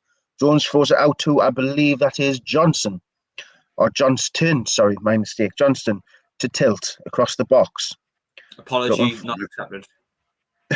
Back to Johnston now. He's under pressure by Jones. He plays it out to the right of Dorica, who Diamond closes him down. He goes long down to Dodo. Bailey Wright's under it. It's on the halfway line now. Jack Diamond goes to header it, but bounces over him. It's inside now. I believe this is Will Keane.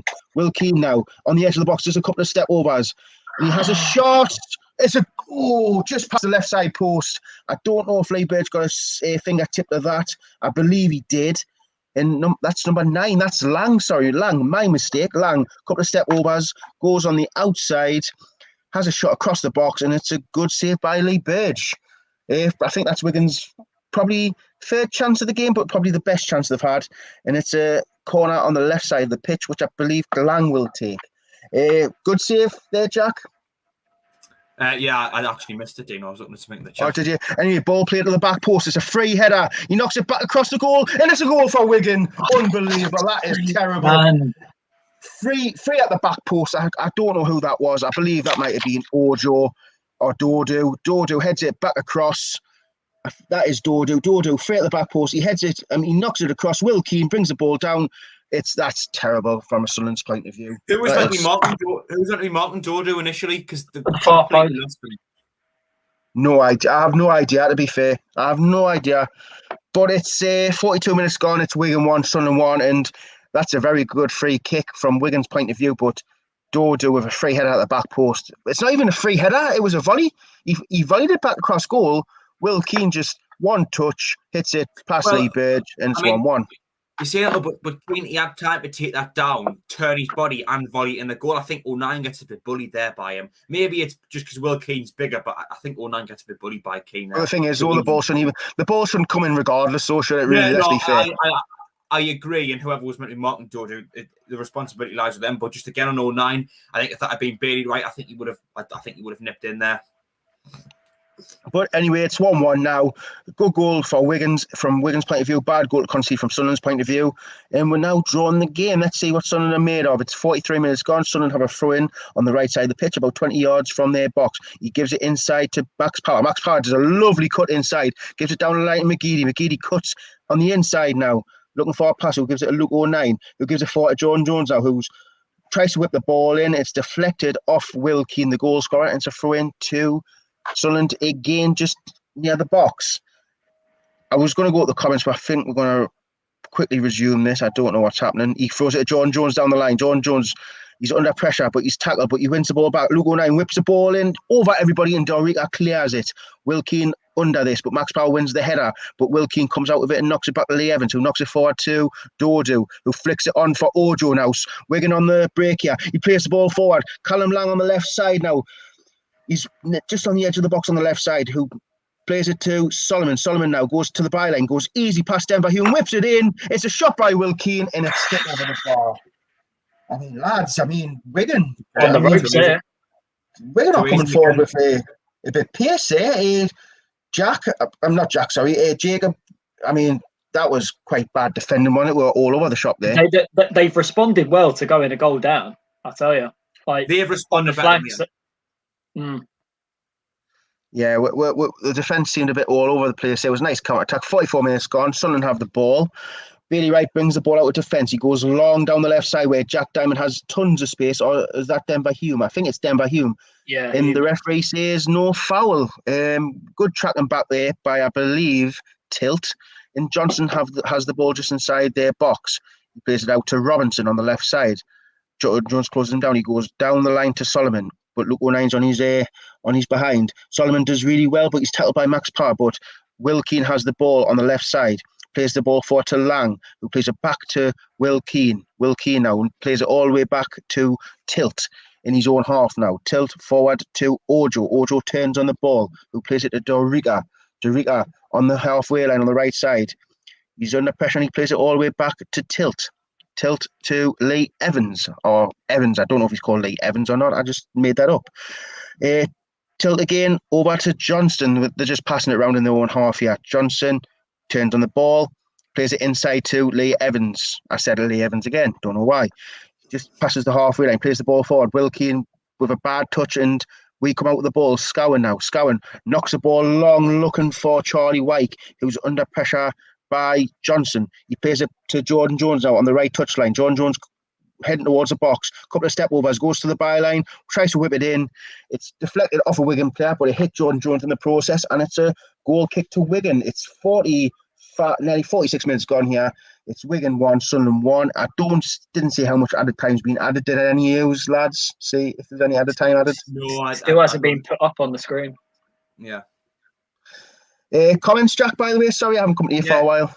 Fair point by John Bradley. You're saying, why does Sunderland's performances echo the position of the team we play against? Scrappy against low position teams and good football against high position. I think that's quite a fair point. David Case saying, knock up if we can't beat this heat. Brian Halliday saying, Bailey Wright is struggling with Wigan's pace, apparently. And Tyres 456, the Wigan fan, says, Johnson, GCH, I think he's referring to Johnson Clark Harris over Wyke. But Dino, I've got half time on my screen. I don't know what yours. So it just literally come up there 3 minutes of added time, which I still think's a lie because that was only 2 minutes, I believe. And Steve M73 says it is Lee Evans, so I'm correct. So thanks for that, Steve. I think I'm just thinking of the comedian Lee Evans. I see Evans, I've said, Lee Evans. But overall, lads, that half, it was quite dreadful, to be fair, wasn't it? We only really had a decent 5 to 10 minute spell. Other than that, not really being an effective performance at all, to be honest. Wigan, I thought they deserved to equalise. To be honest, responded very well to going a goal down. But even when the score was 0-0, they were creating chances. They were getting balls into the box. They looked dangerous on the counter-attack, and we did nothing with our set pieces. So, to be honest, 1-1 is a fair scoreline at half-time. Jack? Yeah, I largely echo what Jacob's saying, in all honesty. I think we had our best spell kind of just after the goal went in, that kind of 5 minutes after the goal went in. We picked the intensity up just a little bit. But aside from that, I don't think we're going to be brilliant. But I think they've probably slightly edged us, really. I think 1-1's probably a fair result. I don't think either side deserves to be in the lead at half-time. But I'd probably say we're going to have had more of the chances, really.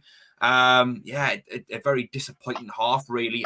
Things just haven't really worked for us. One thing I will point out, though, lads, and Jacob, I'll ask you on this first, but I think Jack Diamond's been quite decent today, especially his work pressing Wigan defenders.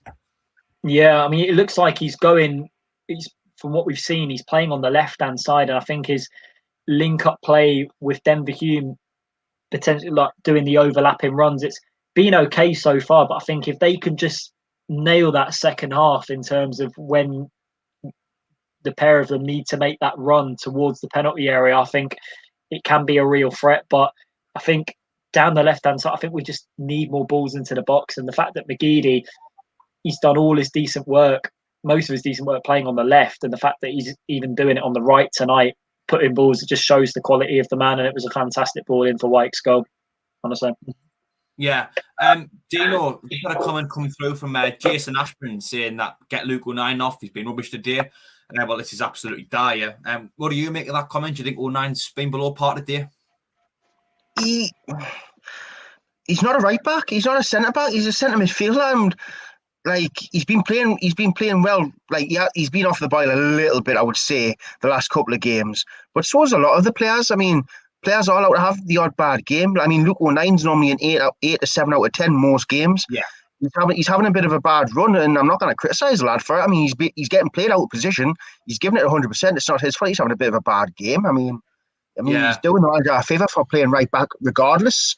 Yeah. Because I like Luke O'Nine. Yeah, he's having a bit of a bad game, but I mean, on overall, lads, I think Jordan Jones has had a bit of a gooch performance. He's lost the ball so many times. I was literally just about to get onto this. Jordan Jones, we've had quite a few set pieces which he's took, and I don't think his delivery's been brilliant. And one thing I was praising him beforehand on his ability to deliver into the box, and it's his final product really, but that hasn't really been there today. Jacob, I'll come to you on this because kind of Dino mentioned it really, but Jordan Jones today, I mean, even towards the end as well, there was that time he went to put a cross in, but yeah, ended up going out for a goal kick after the Wigan player defended. Yeah. Took a nick off his foot before it went out. It's just Jordan Jones, we've praised him a lot, but today he hasn't really been at the races. He's struggling to beat their left back Robinson, and even what I didn't get is McGeady started taking corners at the beginning of the game, and then all of a sudden Jordan Jones is now taking them on that right hand side. It should be McGeady every single one. I'm sorry, I don't know why. I think he even had a free kick that he whipped in himself outside the box. Like if we've got a free kick in it or a corner, stay away any player unless you're Aidan McGeady. I'm sorry, going into that second half. Yeah, Leighton Jordan, our good friend Leighton Jordan, is just saying, Luke O'Nine has done so much for Sunderland.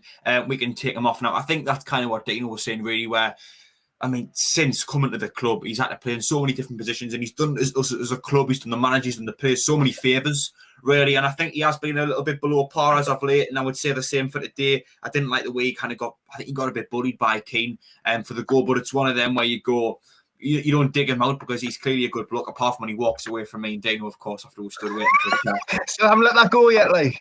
No. I go to sleep thinking about it every day. Yeah, I don't want to dig him out too much because he's done us so many favours over the years, but it's one of them where I just think he's been a little bit below par defensively today. Just taking a look at the statistics though, Sunderland 12 shots, Wigan 7. But out of Wigan 7 shots on target, out of Wigan 7 shots, 5 have been on target. Out of our 12 shots, only 2 on target. Jacob, that's not clinical enough, is it? Nah, I mean, we need to do more in the final third. To be honest, it's lacking, and we've had a lot of set pieces in that first 45. We've done nothing with them. To be honest, I mean, they get a set piece, they do a perfect tap, but then again, who was marking their player at the far post who knocked it back for Will Keane to score? I mean, I need to watch that again. I think, judging by a few of the comments, it looks like 09 might have been at fault for that, but then again... Well, yeah, it's getting shown now, so I couldn't tell. I think that's Max Power who lost him, because Dion Sanderson is marking tilt. I think that's Max Power, just totally lost him. So I look like on my screen. And he's our captain. I'm just going to say that once again. I did close my stream for a moment, but I must have missed it because it's back to Danny and Frankie now. But yeah, I mean, whoever was meant to be marking, was it Doro who put the ball back across? Yeah, I think they look like Doro. Yeah, I think they're the ones at fault, really. But again, I just thought 09, I just thought Keane was able to turn, to take a touch on the ball, turn his body, and hit it into the back of the net. I thought a bit too easy. I thought 09 didn't really do enough, really. Jack Frost on the chat, the style of play isn't effective for entertaining. Long balls over the top, hope for the rest. I think Wyke's actually won a few headers today, won a few knock-ons, but he's just been isolated, Dino. Well, if the delivery's not to him, he's going to struggle regardless. I mean deliveries, I mean like balls from deep, long balls.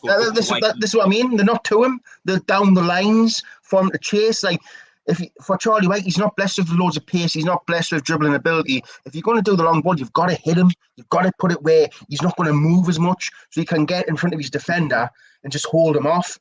And like you say, like the balls haven't been nowhere near him, and like he is isolated, but he's got the goal. I mean, we can say, was it offside? I mean, was it such a good ball in the dangerous area? It's one of them ones where it's between the keeper and the defence, and Charlie Wyke's just been switched on, and the defenders have had no idea. They then probably think, oh, that's Jones's ball. That's the keeper has that, because it was right between them. It was one of them balls what strikers just love, the crave on them kind of balls where it's just like between the defence and keeper, and if you just nick in, you can get a goal. And McGeady, I think that's his 15th assist of the season. And credit Charlie Wyke, yeah, he hasn't been scoring the goals, but the movement to get there and use his brain to finish it. I mean, credit the bloke, he's hopefully that gets him running for the rest of the games now. He's got his confidence back and he can start scoring more goals. So I don't think you can actually take Charlie Wyke off now, can you, with him scoring? Because like you say, he hasn't been playing the best, but look at the game when he didn't do anything and he scored 3 goals. So I don't think you can take him off now with him getting that goal. I think Wimbledon was that game. Joseph Darby on the chat saying, I think he's referring to 09, stop criticising the lad. Typical from our fan base, as soon as a player has a good couple of performances, as soon as a player always has a couple of poor performances, they get slated despite them. I'm not criticising him. I wasn't saying you were, I think he's a reference to myself. Where I was just going to say, like, I don't really mean to criticise him or dig him out. It's just one of them where you're looking at the goal, and I think you're looking at a few performances recently. He just hasn't looked as assured as a defender. I don't want to have a go at him at all because he's been superb and he's time at the club largely. But you just got to look at that goal to me and say, I think he could have done a little bit more. Jake, I know you want to give another quick mention to your charity work you're doing in the summer very quickly. Yeah, in July this year, me and 7 friends doing the mighty hike for... Love a good in-betweeners reference, me. The mighty hike for Macmillan Cancer support. 26 miles starting at Alnwick Castle on the northeast coast, ending up at Bamburgh Castle. A long day. Hopefully it will be hot weather, but also it will be making it very difficult for our team at the same time. But it's a challenge that we're got great motivation to do. We've been planning it for a long time. But if you want to donate, the link is in the description below. So yeah, any donations you can give would be massively appreciated by our team. Such a fantastic charity. So yeah, get your donations in, guys, for Macmillan Cancer support. Yeah, great work, Jacob. Dino, I see you wanting again. Yeah, I've realised this the last 2 streams on half time. They're starting to show the Sunderland women's football game, have the highlights from it, and we do tend to kind of forget that Sunderland do have a women's team, and I think they are a decent little team as well. Well, and just to give them a shout out, because like women's football doesn't really get talked about, and it's nice to see them just showing highlights of the games. And I hope the Sunderland ladies are actually doing well this season. Well, that's when Kirill Louis-Dreyfus came in. I think that's what he wanted to apply. You went to pronounce his name with the fancy way there. Got halfway through and just went. Yeah, Dreyfus. Yeah, I've changed it now. Before my pronunciation was ridiculous of him, but yeah, that's what he wants to. He wants to have more coverage, particularly next season with the success of the women's team, because I think they got knocked out of the FA Cup on penalties by Burnley. Yeah, the penalties are on now. The penalties are on now. Yeah, but they were unlucky not to win the game. So Howe the Lasses hopefully will get more coverage through Sunderland.com, SAFC.com with their team next season. So yeah, great to see. We have got a talented ladies team, so we'll get to see more of them next season, and they will go places. I've actually seen the ladies play once. I remember I went. It was a Sunday. I went down for a Sunday dinner at South Shields' stadium, and I didn't know they were even playing. I was just sitting there and I seen like the Sunderland girls there. I just thought they were training, and then you know who rocked up? The Man City women. And I was just like, and I watched the game, and the Man City girls were awesome. Like you had that Steph Horton, I think she's called Steph Horton. She's a Mackham, isn't she? Yeah. She was from Sunderland. Yeah, they had someone else from the area as well. So I think she was called Stoker. She was a rapid little winger. She scored about 3 goals. I mean, the Man City girls. I mean, they were a good standard. To be fair, like they were really, really awesome to watch. Like it was ridiculous. I think City are probably one of them clubs that like look at things like that and just invest in it so much. You know, they take everything seriously, and they'll see the way women's football is going in terms of it is still growing in popularity a little bit, and they'll want to be on it first.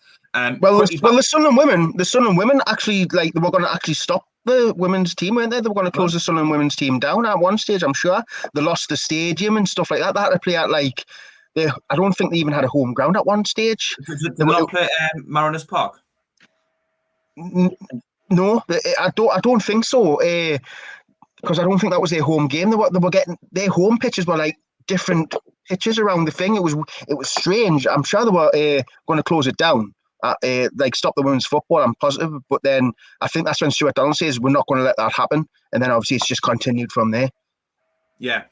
Andrew Robbins on the live chat says, Zero online shopper here, saying that we need Scowen off, put Power right back, move 09 into centre midfield, nothing from the midfield. I think that could be a fair point, because if we're lacking a bit of tenacity in the midfield, lads, could 09 and Power actually benefit from swapping, Jacob?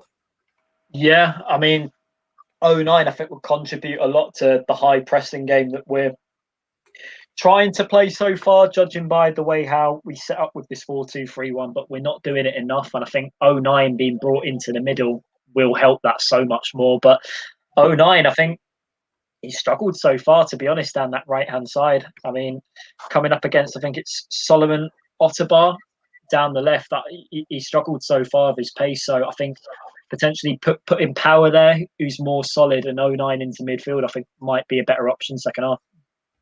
Yeah, yourself, Dino? I wouldn't mind it. I mean, like, I don't see it would be a different change up for the simple fact Power can do a job at right back. I mean, he's just as capable as Luke 09, but whereas Luke 09, when he's in the centre, he'll actually try and burst through the centre midfield to get up with the striker, which I think we kind of need, because I just feel like we don't have a midfielder who's capable of just like bursting past the striker. And I think Luke 09 would be perfect for that, because it adds an extra man to attack. I mean, our centre midfielders, they don't do anything different to what we've done for the last 2 years. They just sit there and everything's sideways, backwards, and now and again a bit forward. I want to see a midfielder who's going to get on the edge of the box or burst past Charlie Wyke, and we don't see that enough from Max Power or Scowen or even Ledbetter. I just think Luke 09 gives you that extra dynamic of he'll burst past, he'll break forward and get in the box, which that's what I like to see from a centre midfielder. That's just personal preference for me. Yeah. I mean, I've been seeing it for a while. I would quite like to see Luke 09 get pushed into the midfield for basically the reason you're on about, saying he's a different type of a centre midfielder where he can burst forward past the striker, he can make a run into the box, he can provide a little bit more in the final third, and he can actually join the attack a little bit. Whereas I think at times a lot of our midfielders can be prone to being quite similar. Scarwin, Power, Ledbetter, sitting back, not really contributing into the final third much. But I think 09 could offer you that, really. So I've been seeing it for a while, but of course it hasn't been possible because he's had to cover at centre back. And for the most part, he's done a great job. But now that Bailey rides back, it'll be lovely to see 09 pushed into midfield and give him the opportunity. Kirill Louis Dreyfus on the chat. Frankie saying Frankie used one of Terry's one touch Charlie Wyke saying when he scored. Aaron Fisher as well. I thought Stewart should have started Chris Law, because Chris Law was saying that if we're getting the same amount of set pieces, should we not have Stewart on? Dino, he's a bit more of an aerial threat, isn't he? Yeah, but then what do? Do you take Diamond off or Jones off? You bring Fingy on, Rod Stewart, and then play two up front? I mean, is that what you do? Anyway, I'll start the second half since Jacob's not here. Yeah, and then just quickly, I think that I think Diamond, as much as he hasn't done much on the ball, I think off the ball he's been quite important to our movement and our pressing.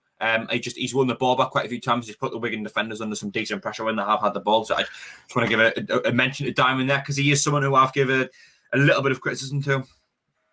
Right. Anyway, we're underway now at I think it's called DWC. Lee Evans goes long down the left towards the left side, and Luke 09 just watches out for a throw in. Basically, it's basically what we used to do under Parkinson: just go along and give the ball away.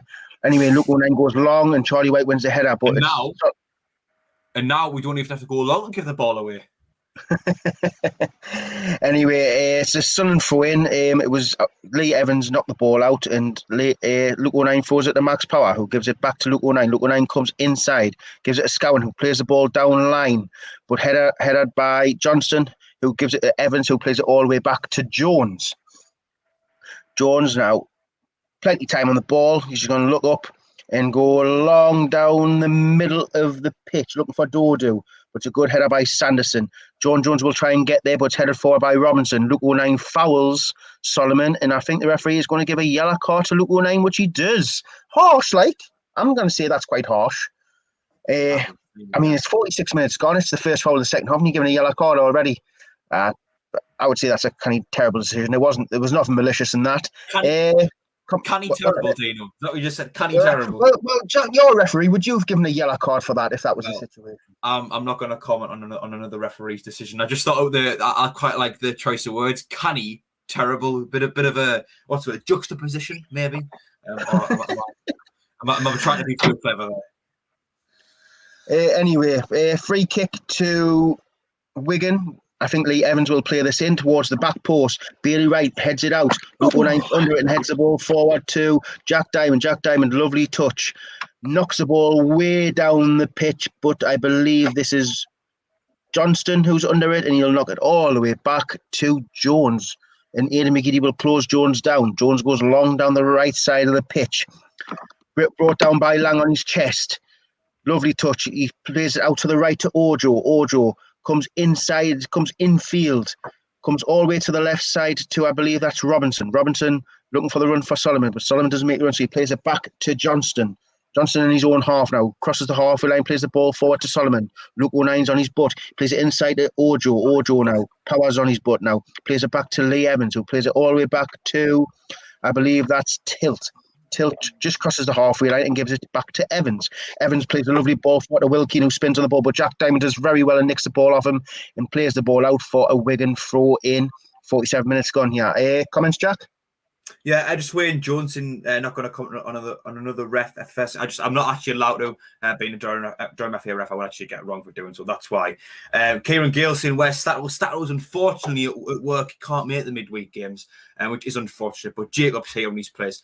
Be much better if Monty was here as well. Oh, we're coming down the right side. Callum Lang with a shot. He's hacked at it, and it's went wide. Good, nice little build up there, played by Wigan on the right side there. Callum Lang took the first time shot, but he hacked at it and just sliced it wide of the right hand post, and it's a Lee Birch goal kick. Comments, Jack? Yeah, Steve M73 said, should O'Brien have started? I think that's a fair point. I think O'Brien does add a lot to our attack that doesn't really get noticed, and we're struggling playing long ball, but I think sometimes the second presence, the presence of O'Brien as a second striker could really help us out there. DJ says, I'm watching saying the Wigan player did more rolls than a Spitfire. Apparently. Anyway, it's in play. Luke O'Neill heads the ball towards the halfway line. Lee Evans nods it down to Will Keane, who tries to give it back to Evans, but it's cut out by Aidan McGeady. Aidan McGeady in his own half plays it all the way back to Lee Birch. Lee Birch to Bailey Wright, who's under pressure by Ojo. Bailey Wright goes to the left to Denver Hume, who's under pressure by Lang. Cuts inside and Lang fouls him. Referee, are you going to give a yellow card for that? It was just as bad as Luke O'Nine's, and I think he has given Lang the yellow card. At least he's been a bit consistent here. It was a bit late, but it wasn't malicious. He just tried to win the ball. Comments, Jack? Yeah, Kieran Gale saying O'Neill needs to be in the midfield. I think that's a fair shout. I think he could add a lot of tenacity into that midfield that we're lacking a little bit at the moment. We're getting a little bit overrun. Potentially his legs could just be something. Kieran Bernie saying, well, that's horrendous to watch. What has happened to us? Yeah, we've seen we've just dropped off completely, really, in the last couple of games. Although have already been playing well since Portsmouth. I think it's something a lot of fans have been saying. I think it is a fair point. But back to you, Dino. Yeah, I think that was a professional foul by Josh Scowen there. He was on the floor. They were just about to break away, and he pulls on Ojo's leg. But Scowen is down looking quite hurt, to be fair. So maybe, I don't know if Ojo stood on him, and then Scowen's just grabbed a hold of him. We'll see it again now. He's jumped up for a header. He's fell down. Ojo... Nah, Scowen's played a little bit naughty there. But he's down for treatment. He was fouled in the first place? Dino, a bit naughty. Is he done a Karen? I don't think he was fouled like Jacob. I thought he went for the header. Their player won it. He fell down, and then he's just like grabbed his leg with his feet. It was weird that. Anyway, that was wrong, but. I would say if it was a free kick, I would say it would be soft anyway. The lads have just come out for half time and they're already having a drinks break. Is it not just while they've got the opportunity to? Yeah, but it's 5 minutes in. Come on, man. Stay hydrated, son. Dino, us at 5-a-side, man. It wasn't even 5 minutes and we're already knackered. I was just about to mention the 5-a-side as well when we switched halves and everyone's going, right, drinks break. It's like, no, Anyway, the free kick will be taken by, I think that's Evans. He switches it all the way across to Johnston now. Johnston just crosses the halfway line. Charlie Wyke pressures him. He knocked it down the right-hand side. Dowaki. How do you pronounce that? Dowaka. Anyone? No? Jacob? Just call him D. No, I'm not calling him that. Anyway, I didn't keep the ball in, and it's a throw into Sunderland. Hume throws it to Scowen, who gives it back to Hume, who plays it back to Bailey Wright, who goes long down the left-hand touchline. Diamond wins the header. McGeady has the ball now. McGeady spins on it, and he's under pressure. Gives it to Bailey Wright. Bailey Wright now. Callum Lang is chasing him. McGeady now goes past Lang. Lovely feet there by McGeady, who gives it to Diamond. Diamond back to Hume. Hume goes long and gives the ball away to Evans. Evans now plays the ball to Solomon, but Luke O'Nien cuts it out and heads it back to Lee Birch. 52 minutes gone here. Lee Birch throws it out to Dion Sanderson now, who goes down the line to Luke O'Nien on the touchline, cuts inside. Solomon's in front of him. He plays it back to Max Power, tries to go down the line to Jordan Jones, who touches it but gives the ball away. Evans has the ball now in the centre. Plays it all the way back to Robinson. Robinson, who gives it back to the goalkeeper. Goalkeeper goes long down the middle of the pitch looking for Dodo, but Bailey Wright doesn't win the header. Dodo wins the header, and the referee is given offside on Dodo, so it's a free kick to Sunderland. And the first nearly 8 minutes, Jacob, what are you thinking? Poor, to be honest. We've not got down and played our game. Like, to be honest, we're allowing Wigan to have so much more time on the ball, and when we're in possession, we're doing nothing with it. But giving it away in cheap areas. Jordan Jones whips the ball in, cleared away easily for Wigan. Dion Sanderson, it goes past Dion Sanderson. Bailey Wright gets it and plays it to the right to Max Powell, gives it to Jordan Jones on the touchline. Jordan Jones inside to Luke O'Nien, who gives it back to Jordan Jones. Luke O'Nien does the overlap, but Jordan Jones goes down the byline, whips it early cross in. It's hacked up by Johnston, and it's a corner to Sunderland. Jack, 10 minutes in, when would you think about making substitutions? Because I know you were a big thing for that in the last game against Charlton. Immediately, really. Nothing really seems to be working at the moment, and don't make the same mistake as Charlton. I think we made them about 10 minutes too late. Fair enough, give the lads a second chance to go make an impact in the second half, but as soon as you can see it's not working, change it. So I don't think we can make them soon enough now that the lads have had about 8.5 minutes since the break, and not much has changed. I tell you what, the first half was scrappy, but the second half, it just seems to be a foul every 2 minutes. The ball is always up in the air. It's a very scrappy affair, and I think Wigan are making it that, and we're letting them do it. Yeah, Jordan Jones, I think it was Jordan Jones with a corner there, whipped it in, came to nothing, but we have the ball in the centre of the park now, played through McGeady now. McGeady plays out to the right to Jordan Jones. He's got two people in the box. Jordan Jones now, will he go to the byline? He just a couple of steps over, plays it inside Max Power with a shot, or is it a cross? I don't know, but Denver Hume will keep it in. It was a poor... No, he won't. He let it go out for a corner. It was a poor cross by Max Power. Just went over everybody, and he's took the corner quick. Denver Hume gives it a Diamond, whips it in, cleared by Johnston. Only as far as Denver Hume on the left side of the pitch now. He whips an early ball in towards the back post and is cleared again. But the referee is given, the linesman's given offside, I believe, on Charlie Wyke, and it's a free kick for offside to Wigan. The delivery's been poor, to be fair. Jacob, when do you stop going for crosses, because it's just not working? Well, I think we just need to, like I said at the start of the second half, just get the ball down and play more. We were doing that when Scowen was doing a lot of pressing game on their midfielders and trying to find the ball into wide areas, but we knocked it about well for a good 10-minute spell in the first half. We need to go back to that. But yeah, on substitutions, Wigan look like they're going to make their first one now.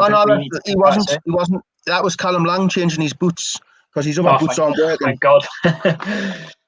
Anyway, the referee's given offside on Dodo, so it's a free kick to Sunderland in my own half. Luke O'Nien is standing over it. Luke O'Nien takes it quick, but the referee deems it too quick. Comments, Jack?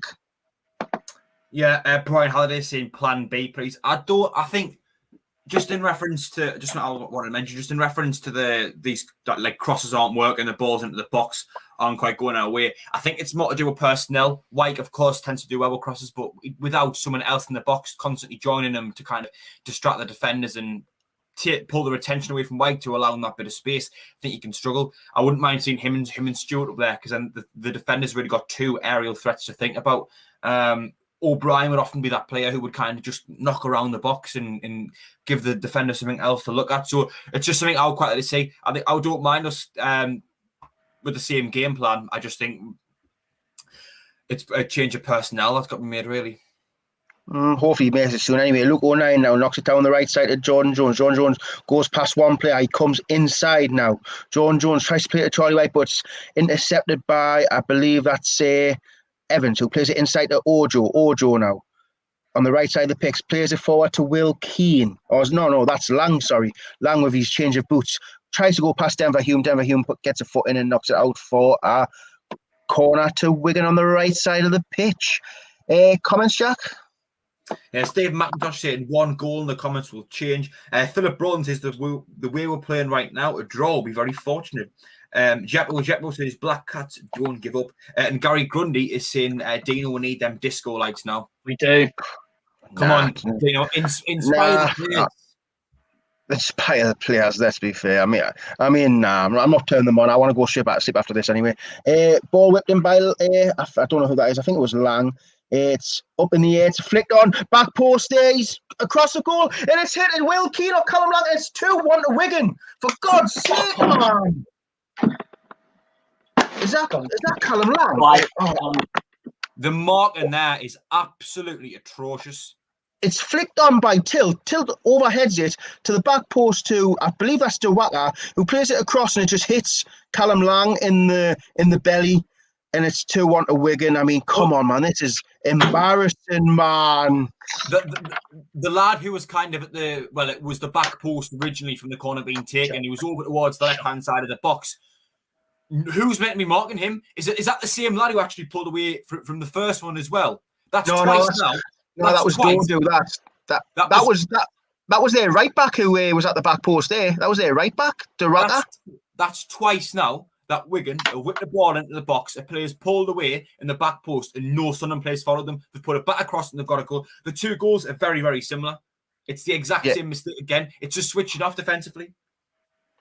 And people think we're all going to beat Hull. Come on, man. This is just embarrassing. It's pathetic. Pathetic. So 2 goals conceded like that. Can we now just say playoffs for Sunderland? Anyway, we've given the ball away again. Dion Sanson gives it straight to their player. Will Keane on the ball now in the centre of the pitch. Plays it back to Tilt.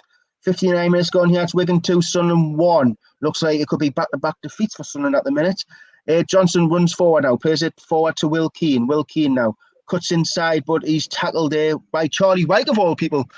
McGeady now in the centre of the pitch, in the centre circle, looking for players. There's only 2 people in front of him. He gives it to Max Power just on the right of him. Max Power with a long-range shot. It's terrible. It's mild. It's just terrible. Like, really is. 59 and a half minutes gone. I mean, yeah, I know Max Power can have a good shot on him, but he's about 30 yards out, and it's just a tame shot. There's no one ahead of him. That's the problem. It's just Charlie Wyke. There's nobody else ahead of him. I mean, if you want to score goals, you need to get players forward, man. It's just, oh my God. Anyway, who's taking over? Next commentary. I can do it if you want. Just Tom Wallace in the chat saying no getting away from it. We waited too long for the subs. Straight back in it, and it was our only chance. I think I agree. Again, we waited too long with the subs. We haven't even made subs yet. But again, go on, Jacob. The sloppiness, like, you shouldn't have to make subs with the sloppiness we have for those 2 goals on show. Joke. Yeah. Well, the goal kick was taken, and it's taken us 60 minutes to first use this phrase, but there was a bit of head tennis in the middle there. Hey! Dino, I was surprised. I didn't think that would get her away hey today, because anyway, it's the first time it's been mentioned, and we normally do it where hey about 20 times in the stream. It's just the first time. Yeah. Scowen put the ball up in the left-back position, played it over to Dion Sanderson. Now it finds Luke O'Neill in the right-back position, does what the beat his man, cuts inside, slips it up with Jordan Jones out on the right-hand side, running against His man steps into Luke 09. Can he get a cross in now? 09 coming into the box out on the right-hand side, crossed in, headed away, flicked on, and another header again. We've had a second instalment of head tennis, actually. As Wigan look to build another attack, well intervened by Jordan Jones. Power has the ball in the middle now, knocks it back to Josh Scowen. Scowen with the ball in the centre. Quit playing this drab football, man. McGeady hit off McGeady's head. Bailey Wright intervenes, looks to play it over the right-hand side. Jordan Jones takes it down, but the linesman stuck his flag up and Jordan Jones was offside there. Jason Ashburn saying people still think this footy is good enough. Absolutely heartless. Jack Ludlow saying most Sunderland result ever this. James Woodman saying get Scowen off now. Penal Stino saying changes on now. Stewart pump it into the box. I think I would agree with that as well. I would stick Stewart on. I would go a lot more direct. As Wigan have a free kick, an indirect free kick, as it was offside over on the left-hand side. Their goalkeeper will take this now. Launches it upfield, right-footed kick. Dion Sanderson will be the man to answer. Headers it straight back. At Wigan, Charlie Wyke chests it down well into Aidan McGeady in the centre circle. McGeady trying to take the ball over the halfway and does well to muscle off one player, but he is then fouled actually by another Wigan player. Sunderland free kick, just a touch over the left-hand side, inside Wigan's half, about 10 yards over the halfway line. Sunderland look to be making some substitutions now. I think that's Lyndon Gooch, Grant Leppard, Ross Stewart, all stripping off at the moment. Hopefully, whatever it is, we do actually make some changes. I would say crowd the box if we can. Get as many crosses in. Denver Hume could potentially take this free kick now, probably a bit too far away to stick a cross in. Scowen taking it, knocks it over to Denver Hume. Jack Diamond has the ball out on the left-hand side, just ahead of the touchline. Diamond looking to put a left-footed cross in, which he does do, but it's blocked straight away out for a Sunderland corner, which Jordan Jones runs over to take. He's taken a few, but none of them have been particularly great. As the AFL cameraman pans over the Sunderland substitutes bench, and here we go. Sunderland making some substitutions. Grant Leppard, Ross Stewart, Lyndon Gooch, and Callum McFadzean all coming on. We'll see who's coming off in a moment. Leppard is the first one to come on. Denver Hume makes way, although I would imagine that's for Callum McFadzean in the end, really. That's probably a straight swap. Maybe above anything else, just down to Hume coming back from an injury. Might have thought give him an hour. It might not be a tactical decision at all. Next coming on is Callum McFadzean, and Jordan Jones is coming off, but that one's actually for Lyndon Gooch. Apologies about this announcement of them. They're just making the substitutes all over the place. Jack Diamond's coming off. See who's coming off for Stewart. So Diamond, Hume, and Jones, I think, have all came off. And Ross Stewart comes on. Max Power number 6? Yep, he is. Max Power off. So there we go, lads. Dino, thoughts on those substitutions? I mean, it's corner's coming in actually, so corner is after. Yeah, it's all right. We'll let this corner take place first. Aidan McGeady, I think I'm a few seconds behind you. Aidan McGeady ready to take this corner now over on the left-hand side. Right arm goes up, swings it into the box. Headed towards goal by Charlie Wyke, but just over the bar. Dino, thoughts on the substitutions? I think my only problem would be again, 4 substitutions. I mean, I'm guessing there's a change in formation, so we went 4-4-2. At least he's going to try and go for it. That's the only thing. I mean, taking Jordan Jones off is deserved. He's done nothing today, unfortunately. He's brought Rod Stewart on. Hopefully, he can give us something different up front. Callum McFadzean, I'm guessing that's just because Hume's a bit tired. And who else came on? Gooch as well. I mean, Gooch just hopefully Gooch does a Gooch thing and actually scores. Yeah, I think Gooch he can be prone to giving the ball away quite a lot, but the one thing he does do is he does have a knack of scoring goals. So you never know. It could be that, despite not playing well recently, he could actually score a goal. But Sunderland are building an attack down the left-hand side now. Ball goes out for a throw-in to Wigan, though. Unfortunately, straight away, their right back will look to take this. Jacob, thoughts on the substitutions then? I mean, I can understand Jordan Jones has not been at his best tonight. I can understand why he's been taken off. McFadzean on for Hume. I know Hume's just got back from injury, but he can give us something a little bit more down the left-hand side. McFadzean, nah, not for me. I know Hume's just come back from injury, but so's Bailey Wright, to be fair. But anyway, it looks like we're starting an attack on the right-hand side. So back to you, Jack. Yeah, Bailey Wright now does, well, he had to make a sliding tackle in the end. Ledbetter, nice little flick on to Charlie Wyke. Ball spreads over Lyndon Gooch, the man who's just came on, running at his man. Lyndon Gooch, out on the right-hand side, looking to cross it in if he can. Trying to edge away from his man, crosses it in. Took a nick off a Wigan player. Callum McFadden headed towards goal. Took a nick off a Wigan head, and the keeper punches it out for a goal kick there. For a corner ball, I should say. Substitutions. Ross Stewart, I'm glad he's on. He gives us a bit more of a physical presence. Gooch, in all fairness, looking on the positive side, can be important to getting you a goal. I think McFadden Hume is probably one, just a straight swap because of injuries and fitness and stuff like that. Anyway, McGee looking to whip this ball in, does with the right foot. Headed away. Luke O'Nien chases it away, but the referee is blowing his whistle for something. I think it was a foul in the box. Not entirely sure on that one. A Wigan free kick inside the box. Anyway, Dino, are you confident Wigan at least nick a point going into the last kind of 23 minutes of the game? Nick a point. What do you do? The fact that we're talking about nicking a point against a relegation struggling side Wigan is actually embarrassing. Like, well played to Wigan. I mean, they've got the goals, well played to them. But as a Sunderland fan, I mean, we're going on about, we're going to get top two. I mean, how can we get top two now?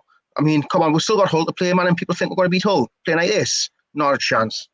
Yeah, no, that is a fair point. I realised as soon as I said it, I was like, I've just said the phrase nick a point, and we're playing Wigan away.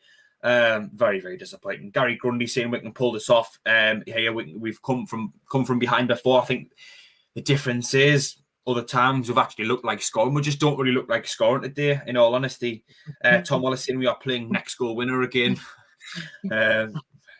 Unfortunately, if only. This isn't SAFC Fan TV 7 aside.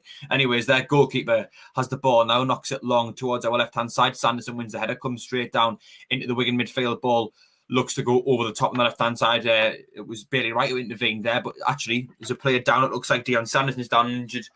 And Dino, this is the last thing we need in a game like this, is Dion Sanderson be down injured. Yeah, I think he'll just be winded. I mean, it was just a heavy land, and I don't think it'll be anything. Well, hopefully it's not anything serious. Just hopefully he's a bit winded. I mean, if Dion Sanderson gets injured, I mean, with our defence at the minute, I mean, we're just conceding goals left, right, and centre at the minute. I mean, and the terrible goals. It's not like these goals are like wonder strikes and great moments of play. It's just bad defending. I mean, the lad hooks it over his head like an overhead kick, but he doesn't actually do the jumping overhead. He just flicks it over his head, and Jarraga's got like the whole box to think, right, what am I going to do? And just plays it across. I mean, it's poor. I mean, these aren't even goals what we should be conceding. These are relegation goals we're conceding. Yeah, I mean, both of their goals are pretty much symmetrical.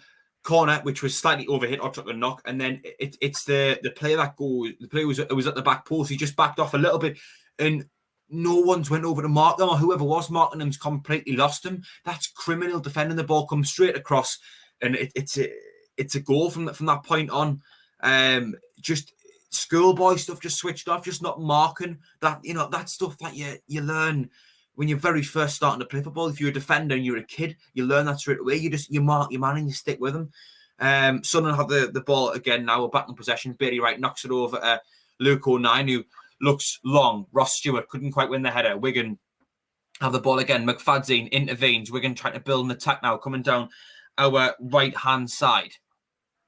The blue and white shirts looking to build another attack now. Ball goes forward into their centre forward area, but Bailey Wright is able to intervene. McGeady picks the ball up on the left-hand side, lobs it into Charlie Wyke, who takes it down, but few Wigan players around him, and Wyke's done very well to keep the ball. Unfortunately, he's given it away in the end. Scowen now goes to press Wigan's defence. The ball goes long, taken down by Luke O'Nien.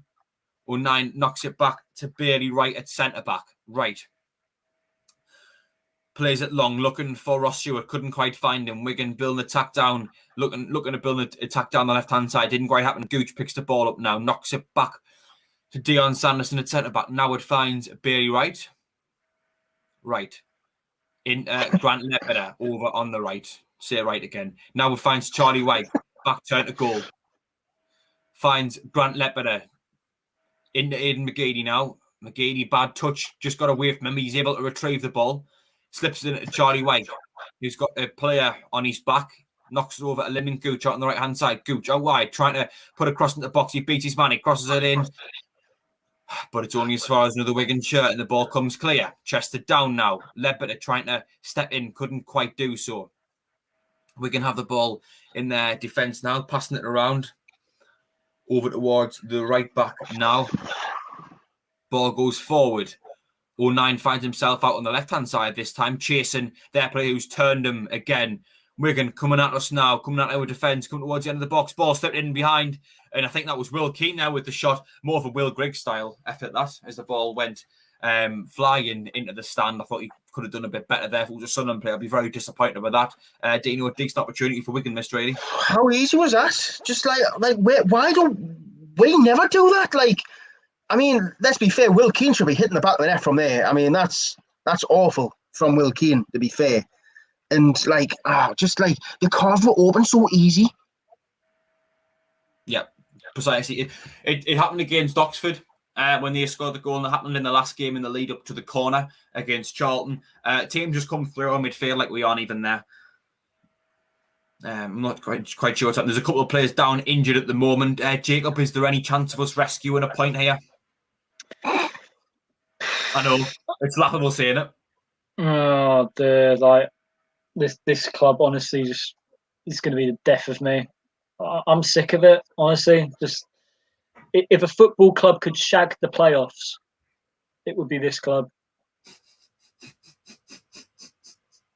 Yeah, it's not even funny anymore, to be honest.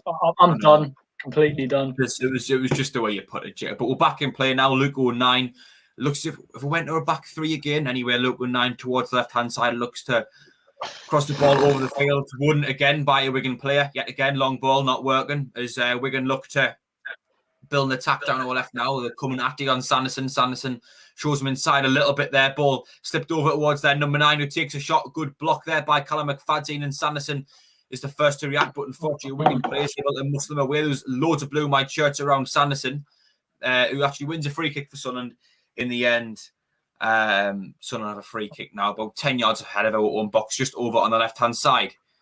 09 looking ready to take this. Wigan player comes over. Sanderson takes it quickly over towards Bailey Wright, who knocks it over to Lyndon Gooch, who finds himself out on the right-hand side, looking to run at Wigan. He does so. Gooch knocking back, left-footed ball goes into the box. Decent ball in, headed by Callum McFadden, but into the path of absolutely no one. Lads, I'm trying to touch on positives here, but it is getting difficult. Dino, do you think Lyndon Gooch has actually had a not too bad of a game, especially so far, considering how he's been recently? I think that was the first time I've actually seen him on the ball, where he's done a little Cruyff turn, that your favourite trick.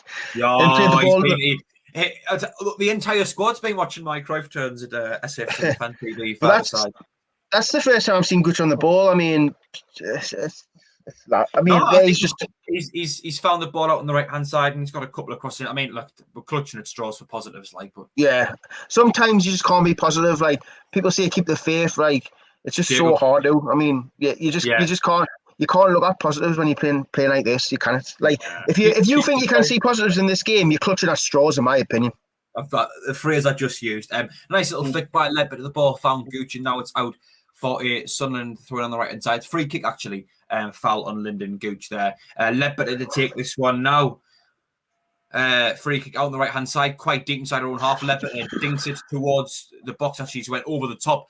Out to Lyndon Gooch on the right hand side. He's got a Wigan shirt up against him. He crosses in with his left foot, and it's went through absolutely everyone out for a goal kick. As David Kay says, well said, Dino. No positives. I think it's a fair point in all honesty, really. Coach Eddie saying they had such a good chance to conquer the very top of League One. Yeah, exactly. Brian Halliday saying this is SAFC, it's a curse. DJ Earth saying let's just chill, another season in League One is needed apparently. New owner for a clear out. I disagree with that, DJ Earth. What is he on about? No, I do disagree. Like stupid comments like that. Seriously. By the way, Jacob, it's your turn to commentate. Yeah, back to it. What on earth? Oh, I'm done now. Seriously.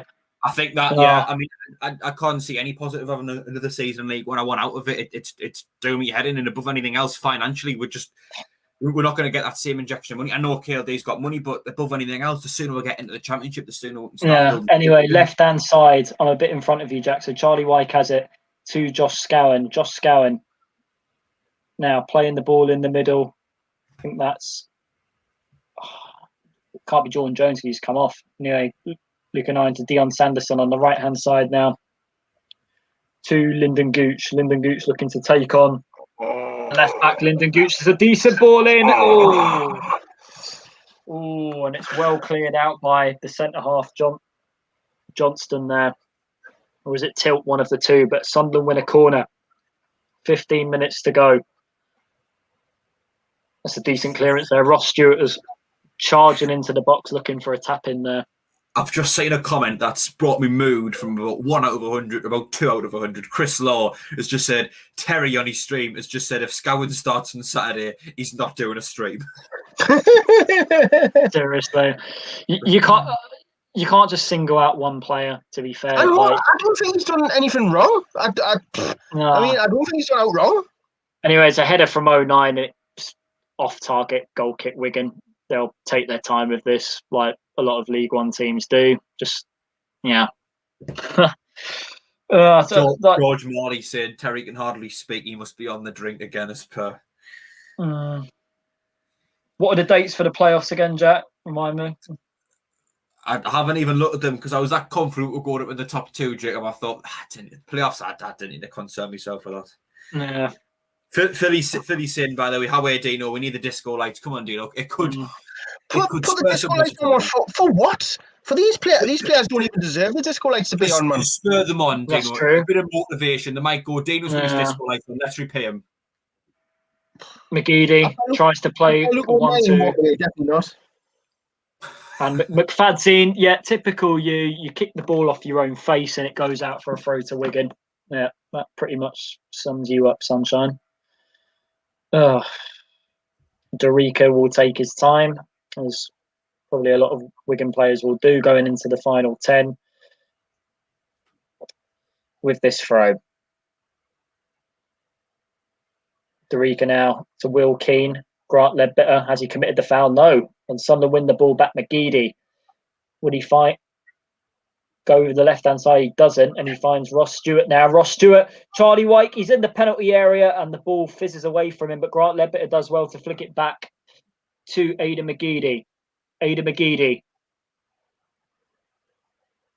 And he tries to play a through ball into Luke 09, but Dorica does well to clear it away. Will Keane, as Wigan are looking to start an attack from this. It's a decent move here. Solomon Obitar, and they come into the middle. Will Keane, just wide of the post.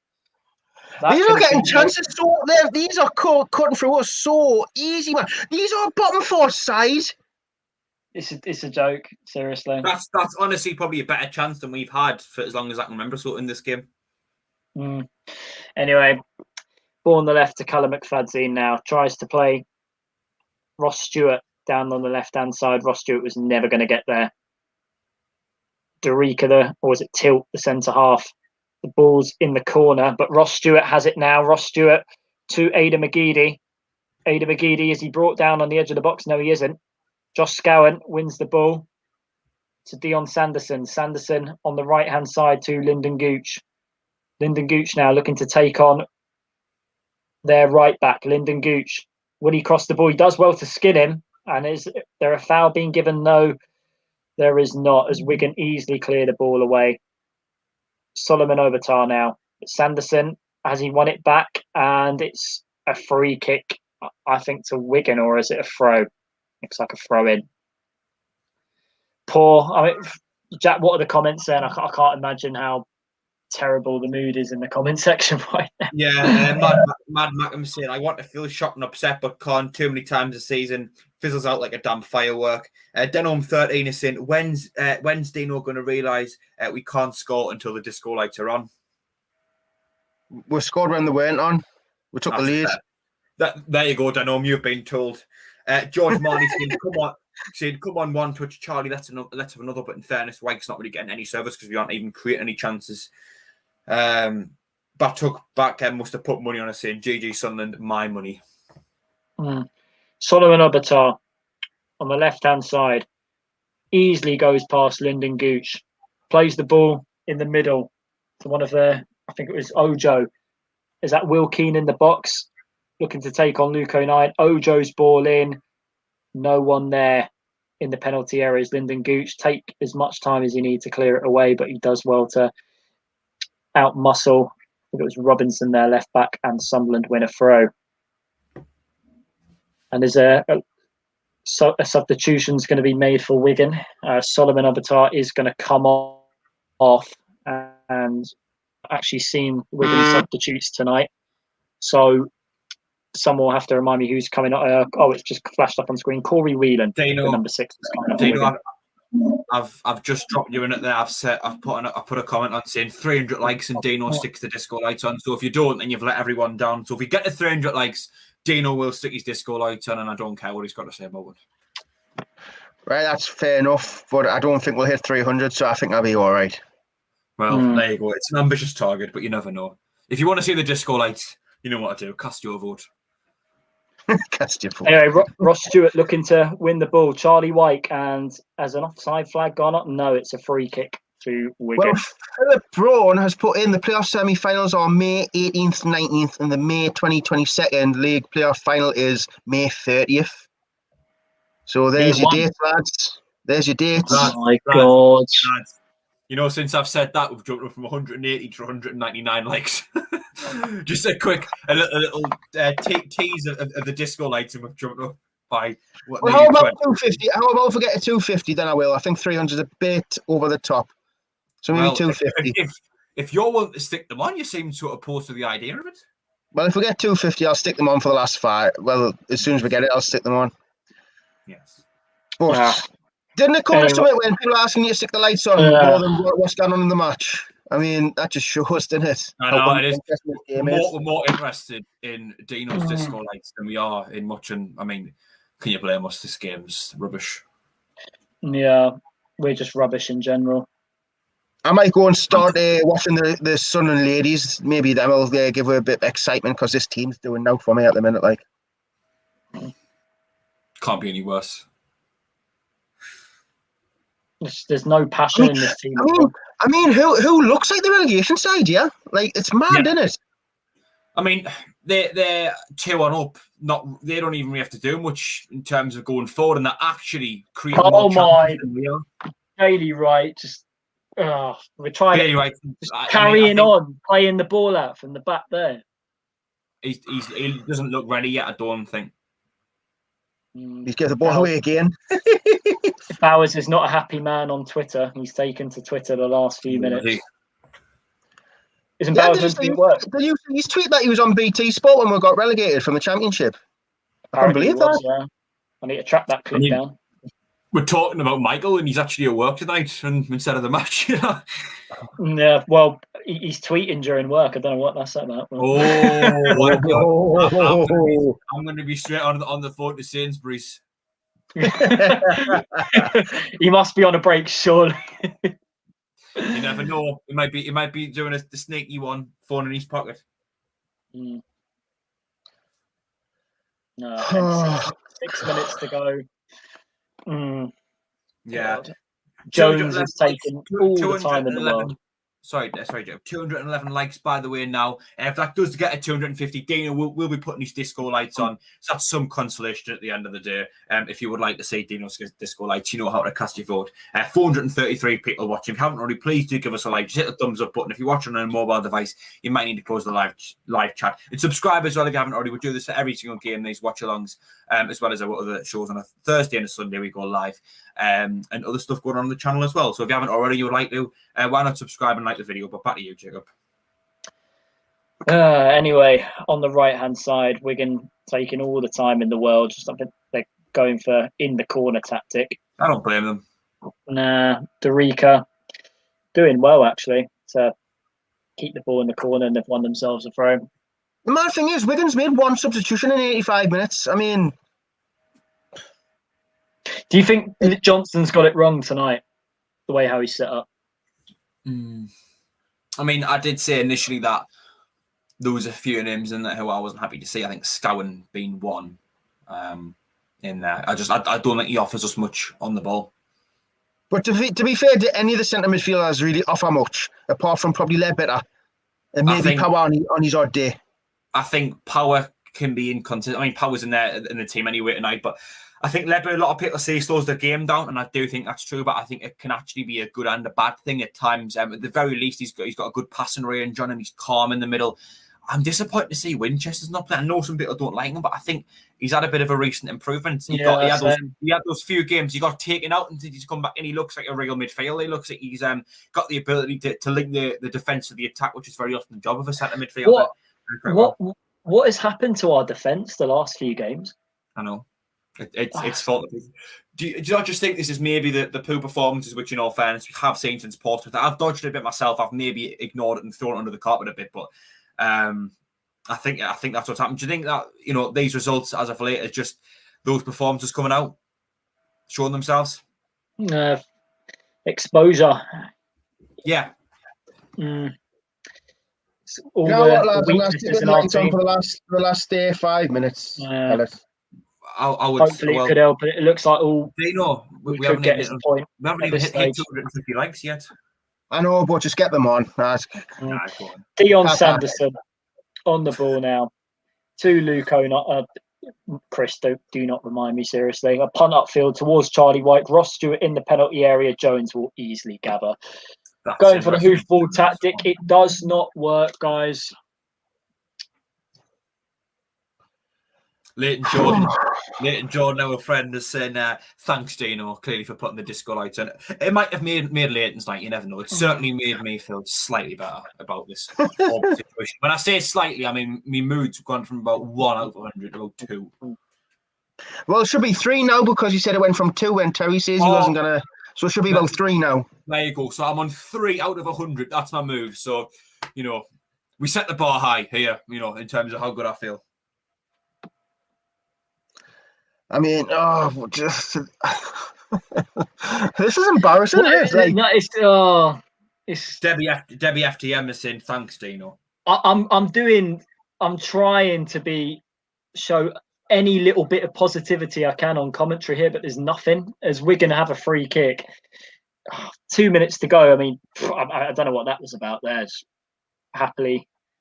See, they're even taking the mick. They haven't shot from 40 yards out from a free kick. I mean, they're literally taking the mick. Yeah. Lee Burge just running to grab the ball. They are down. Here comes the time wasting. I've got cramp. Oh, dear. Wouldn't we do the same if we were in that position? But we don't, though. That's the thing. Like, we don't do it. I think the way we've been playing recently, I think we'd take it, to be honest. Oh, just come on, man. 89 minutes gone. Oh, Jacob, what's going on? Yep. So on the right-hand side, I think that's Ojo, or has he gone? No, Dorica, the right back. Evans going with a 1-2 of Dorica. Intercepted there by Sunderland. I think it was Bailey Wright. Charlie Wyke trying to win it. And have Sunderland won the ball back? Ada McGeady, they have. Ada McGeady now looking to start an attack with Lyndon Gooch on the right-hand side. Lyndon Gooch, he's charged down and a free kick has been given there. Lyndon Gooch is staying down after that challenge, and a Wigan player does go into the book. I think it's Robinson, their left back. To be fair, Gooch done well there. I thought Gooch done quite well there.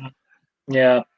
Honestly, I think he's been how out of word this actually, so it's accurate. But I don't think he's been too bad since he came on. I think Gooch has had one of his slightly better performances as of in this game. He's been half decent out there on the right hand side. Better than he normally is. Put it that way. Anyway, Grant Ledbetter takes this free kick and is there a foul there? What's the referee given? And it's a corner to Sunderland. Is Ross Stewart going to take this quickly? Ooh. He does. To Ada McGeady. I wonder which Wigan player is going to head this one away. Ada McGeady. And Dion Sanderson. Oh, and it hits the side netting. It was a chance for Sunderland there, but a goal kick to Wigan. We're heading into stoppage time now.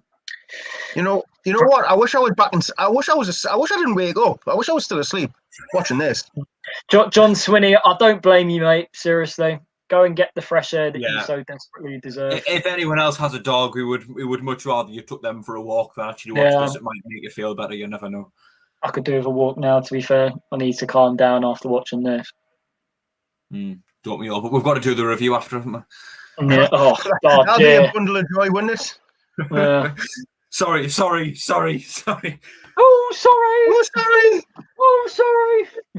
I could have just not mentioned it, and then we could have just not done it. I mean, Philly should give me a medal for not swearing, as having a right potty mouth tonight. I tell you, I'm doing well to keeping a cool head here. Yeah. Normally he has to sit there with the censor button, and as soon as you're speaking, press it. Anyway, ball into the box, and easily dealt with by Wigan. We don't even know how much added time has gone up. Oh, dearie me. What kind of a pass was that, man? I've not seen it yet. Actually, to be fair, it's a throw in, so I'm guessing it took a deflection.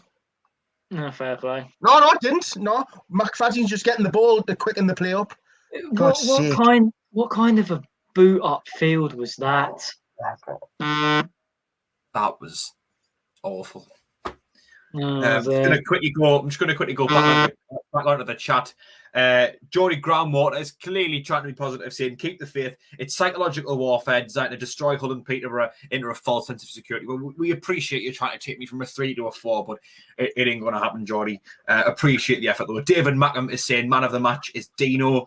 And Denholm13 says, thanks, Dino. My son loves the light. So at least we've got some positivity. Denholm's son. Right, so this is the positivity, right? So we're not no positivity on the pitch, just Dino's got his lights on. That's the positivity of the day. Yep.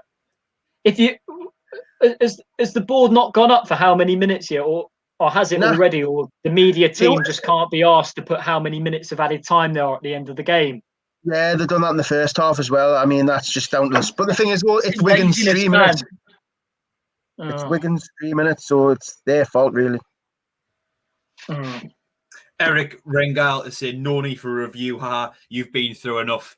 Eric, if you could just email that at sfcfantv73@gmail.com, there's a chance we might not have to do the review. You never know.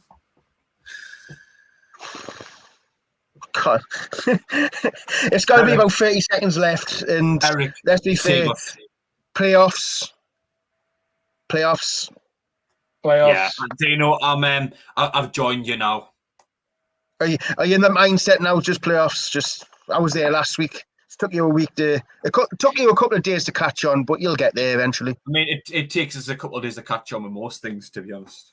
That's true, isn't it? Another foul again. Great. Yeah. This is great. I guarantee Terry is going absolutely ballistic. It is, isn't it? I guarantee Terry's going absolutely ballistic on his, Yeah, I bet it's more entertaining than watching us just kind of cry. Posh fan here, chin up, lads. Playoffs at worst for you. Understand your pain. If the season had finished last year, we'd already be in the champ, and Wigan would be nowhere, and you'd be even a posh fan bringing up Wigan. Yeah. You know what's infuriating me about tonight? This is like typical our fan base. We quickly just judge on what the managerial tactics have been all about during the game. I mean, have you seen the 2 goals we've conceded tonight? That's not down to man management. That should be just straightforward defending. It's just marking. It'd be nice to watch the goals back again and see if actually the player who pulled away for both goals to send the ball back across. I think Dodo was one of the players who did it. I think he might have been for the first goal, and then it was someone else for the second one. I think it was Wyke for the second goal. The right back. I think Dodo was for the first goal. It'd be interesting to see if they were actually marked by anyone, because if they weren't, you could potentially say it was zonal marking. But regardless, the marking wasn't good enough. Someone needs to take responsibility, because even when the ball came back across for the second goal, who was marked on the second goal scorer? I didn't see anyone. No one close to him, anyway. It was Dino was on commentary for that, wasn't it? That's back-to-back wins for Wigan. I mean, this is going to help them in their survival challenge, right? Because to be fair, I want Wigan to stay up for the simple fact of what they went through last season with administration and all that stuff. I mean, it's a horrible thing to happen to a club, and I hope they do survive and like get back to where they were. But it's just a shame they've had to beat us today and stop us from potentially getting top 2. And I think the referee's going to blow his whistle. Yeah. How much money people are paying for these live streams, and they don't even know how much added time there is at the end of the game. Cheers. Yeah, it's a fair point. Lee Burge punting it upfield, just the seconds being. I just want the ref to go for full time now, to be honest. Is he giving a free kick there for what? That just sums up the night, doesn't it? I'm sorry for anyone in the live chat. Like, we haven't really commented much on the game because there's literally been nothing to comment on. Just foul after foul after foul. A few comments like singling out the manager. Why is it always the manager with our fan? I'm sorry, I'm not having it. Seriously. Yeah, I mean, I don't mind. I've done it myself. Someone giving an objective criticism of Johnson. It's got to be done. But I think what's more important to consider is he's actually turned us around so much. Since he's well done, Wigan. Well done, Wigan. Deserved it. Yeah. Well done, Wigan. Final score: Wigan 2, Sunderland 1.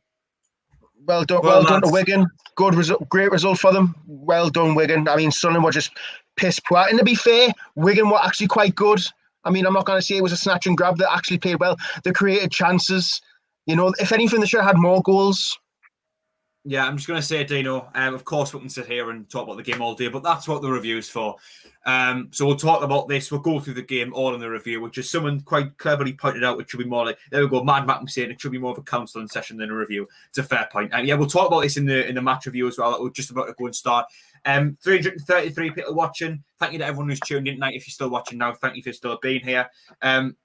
Give us a like if you haven't already. Let's see if I can get 250 likes. We didn't manage to do it, but Dino stick his disco lights on anyway. Thank you to everyone who's subscribed as well. And jump up a little bit. If you haven't already, please do subscribe to the channel. And one quick last mention to your challenge in the summer.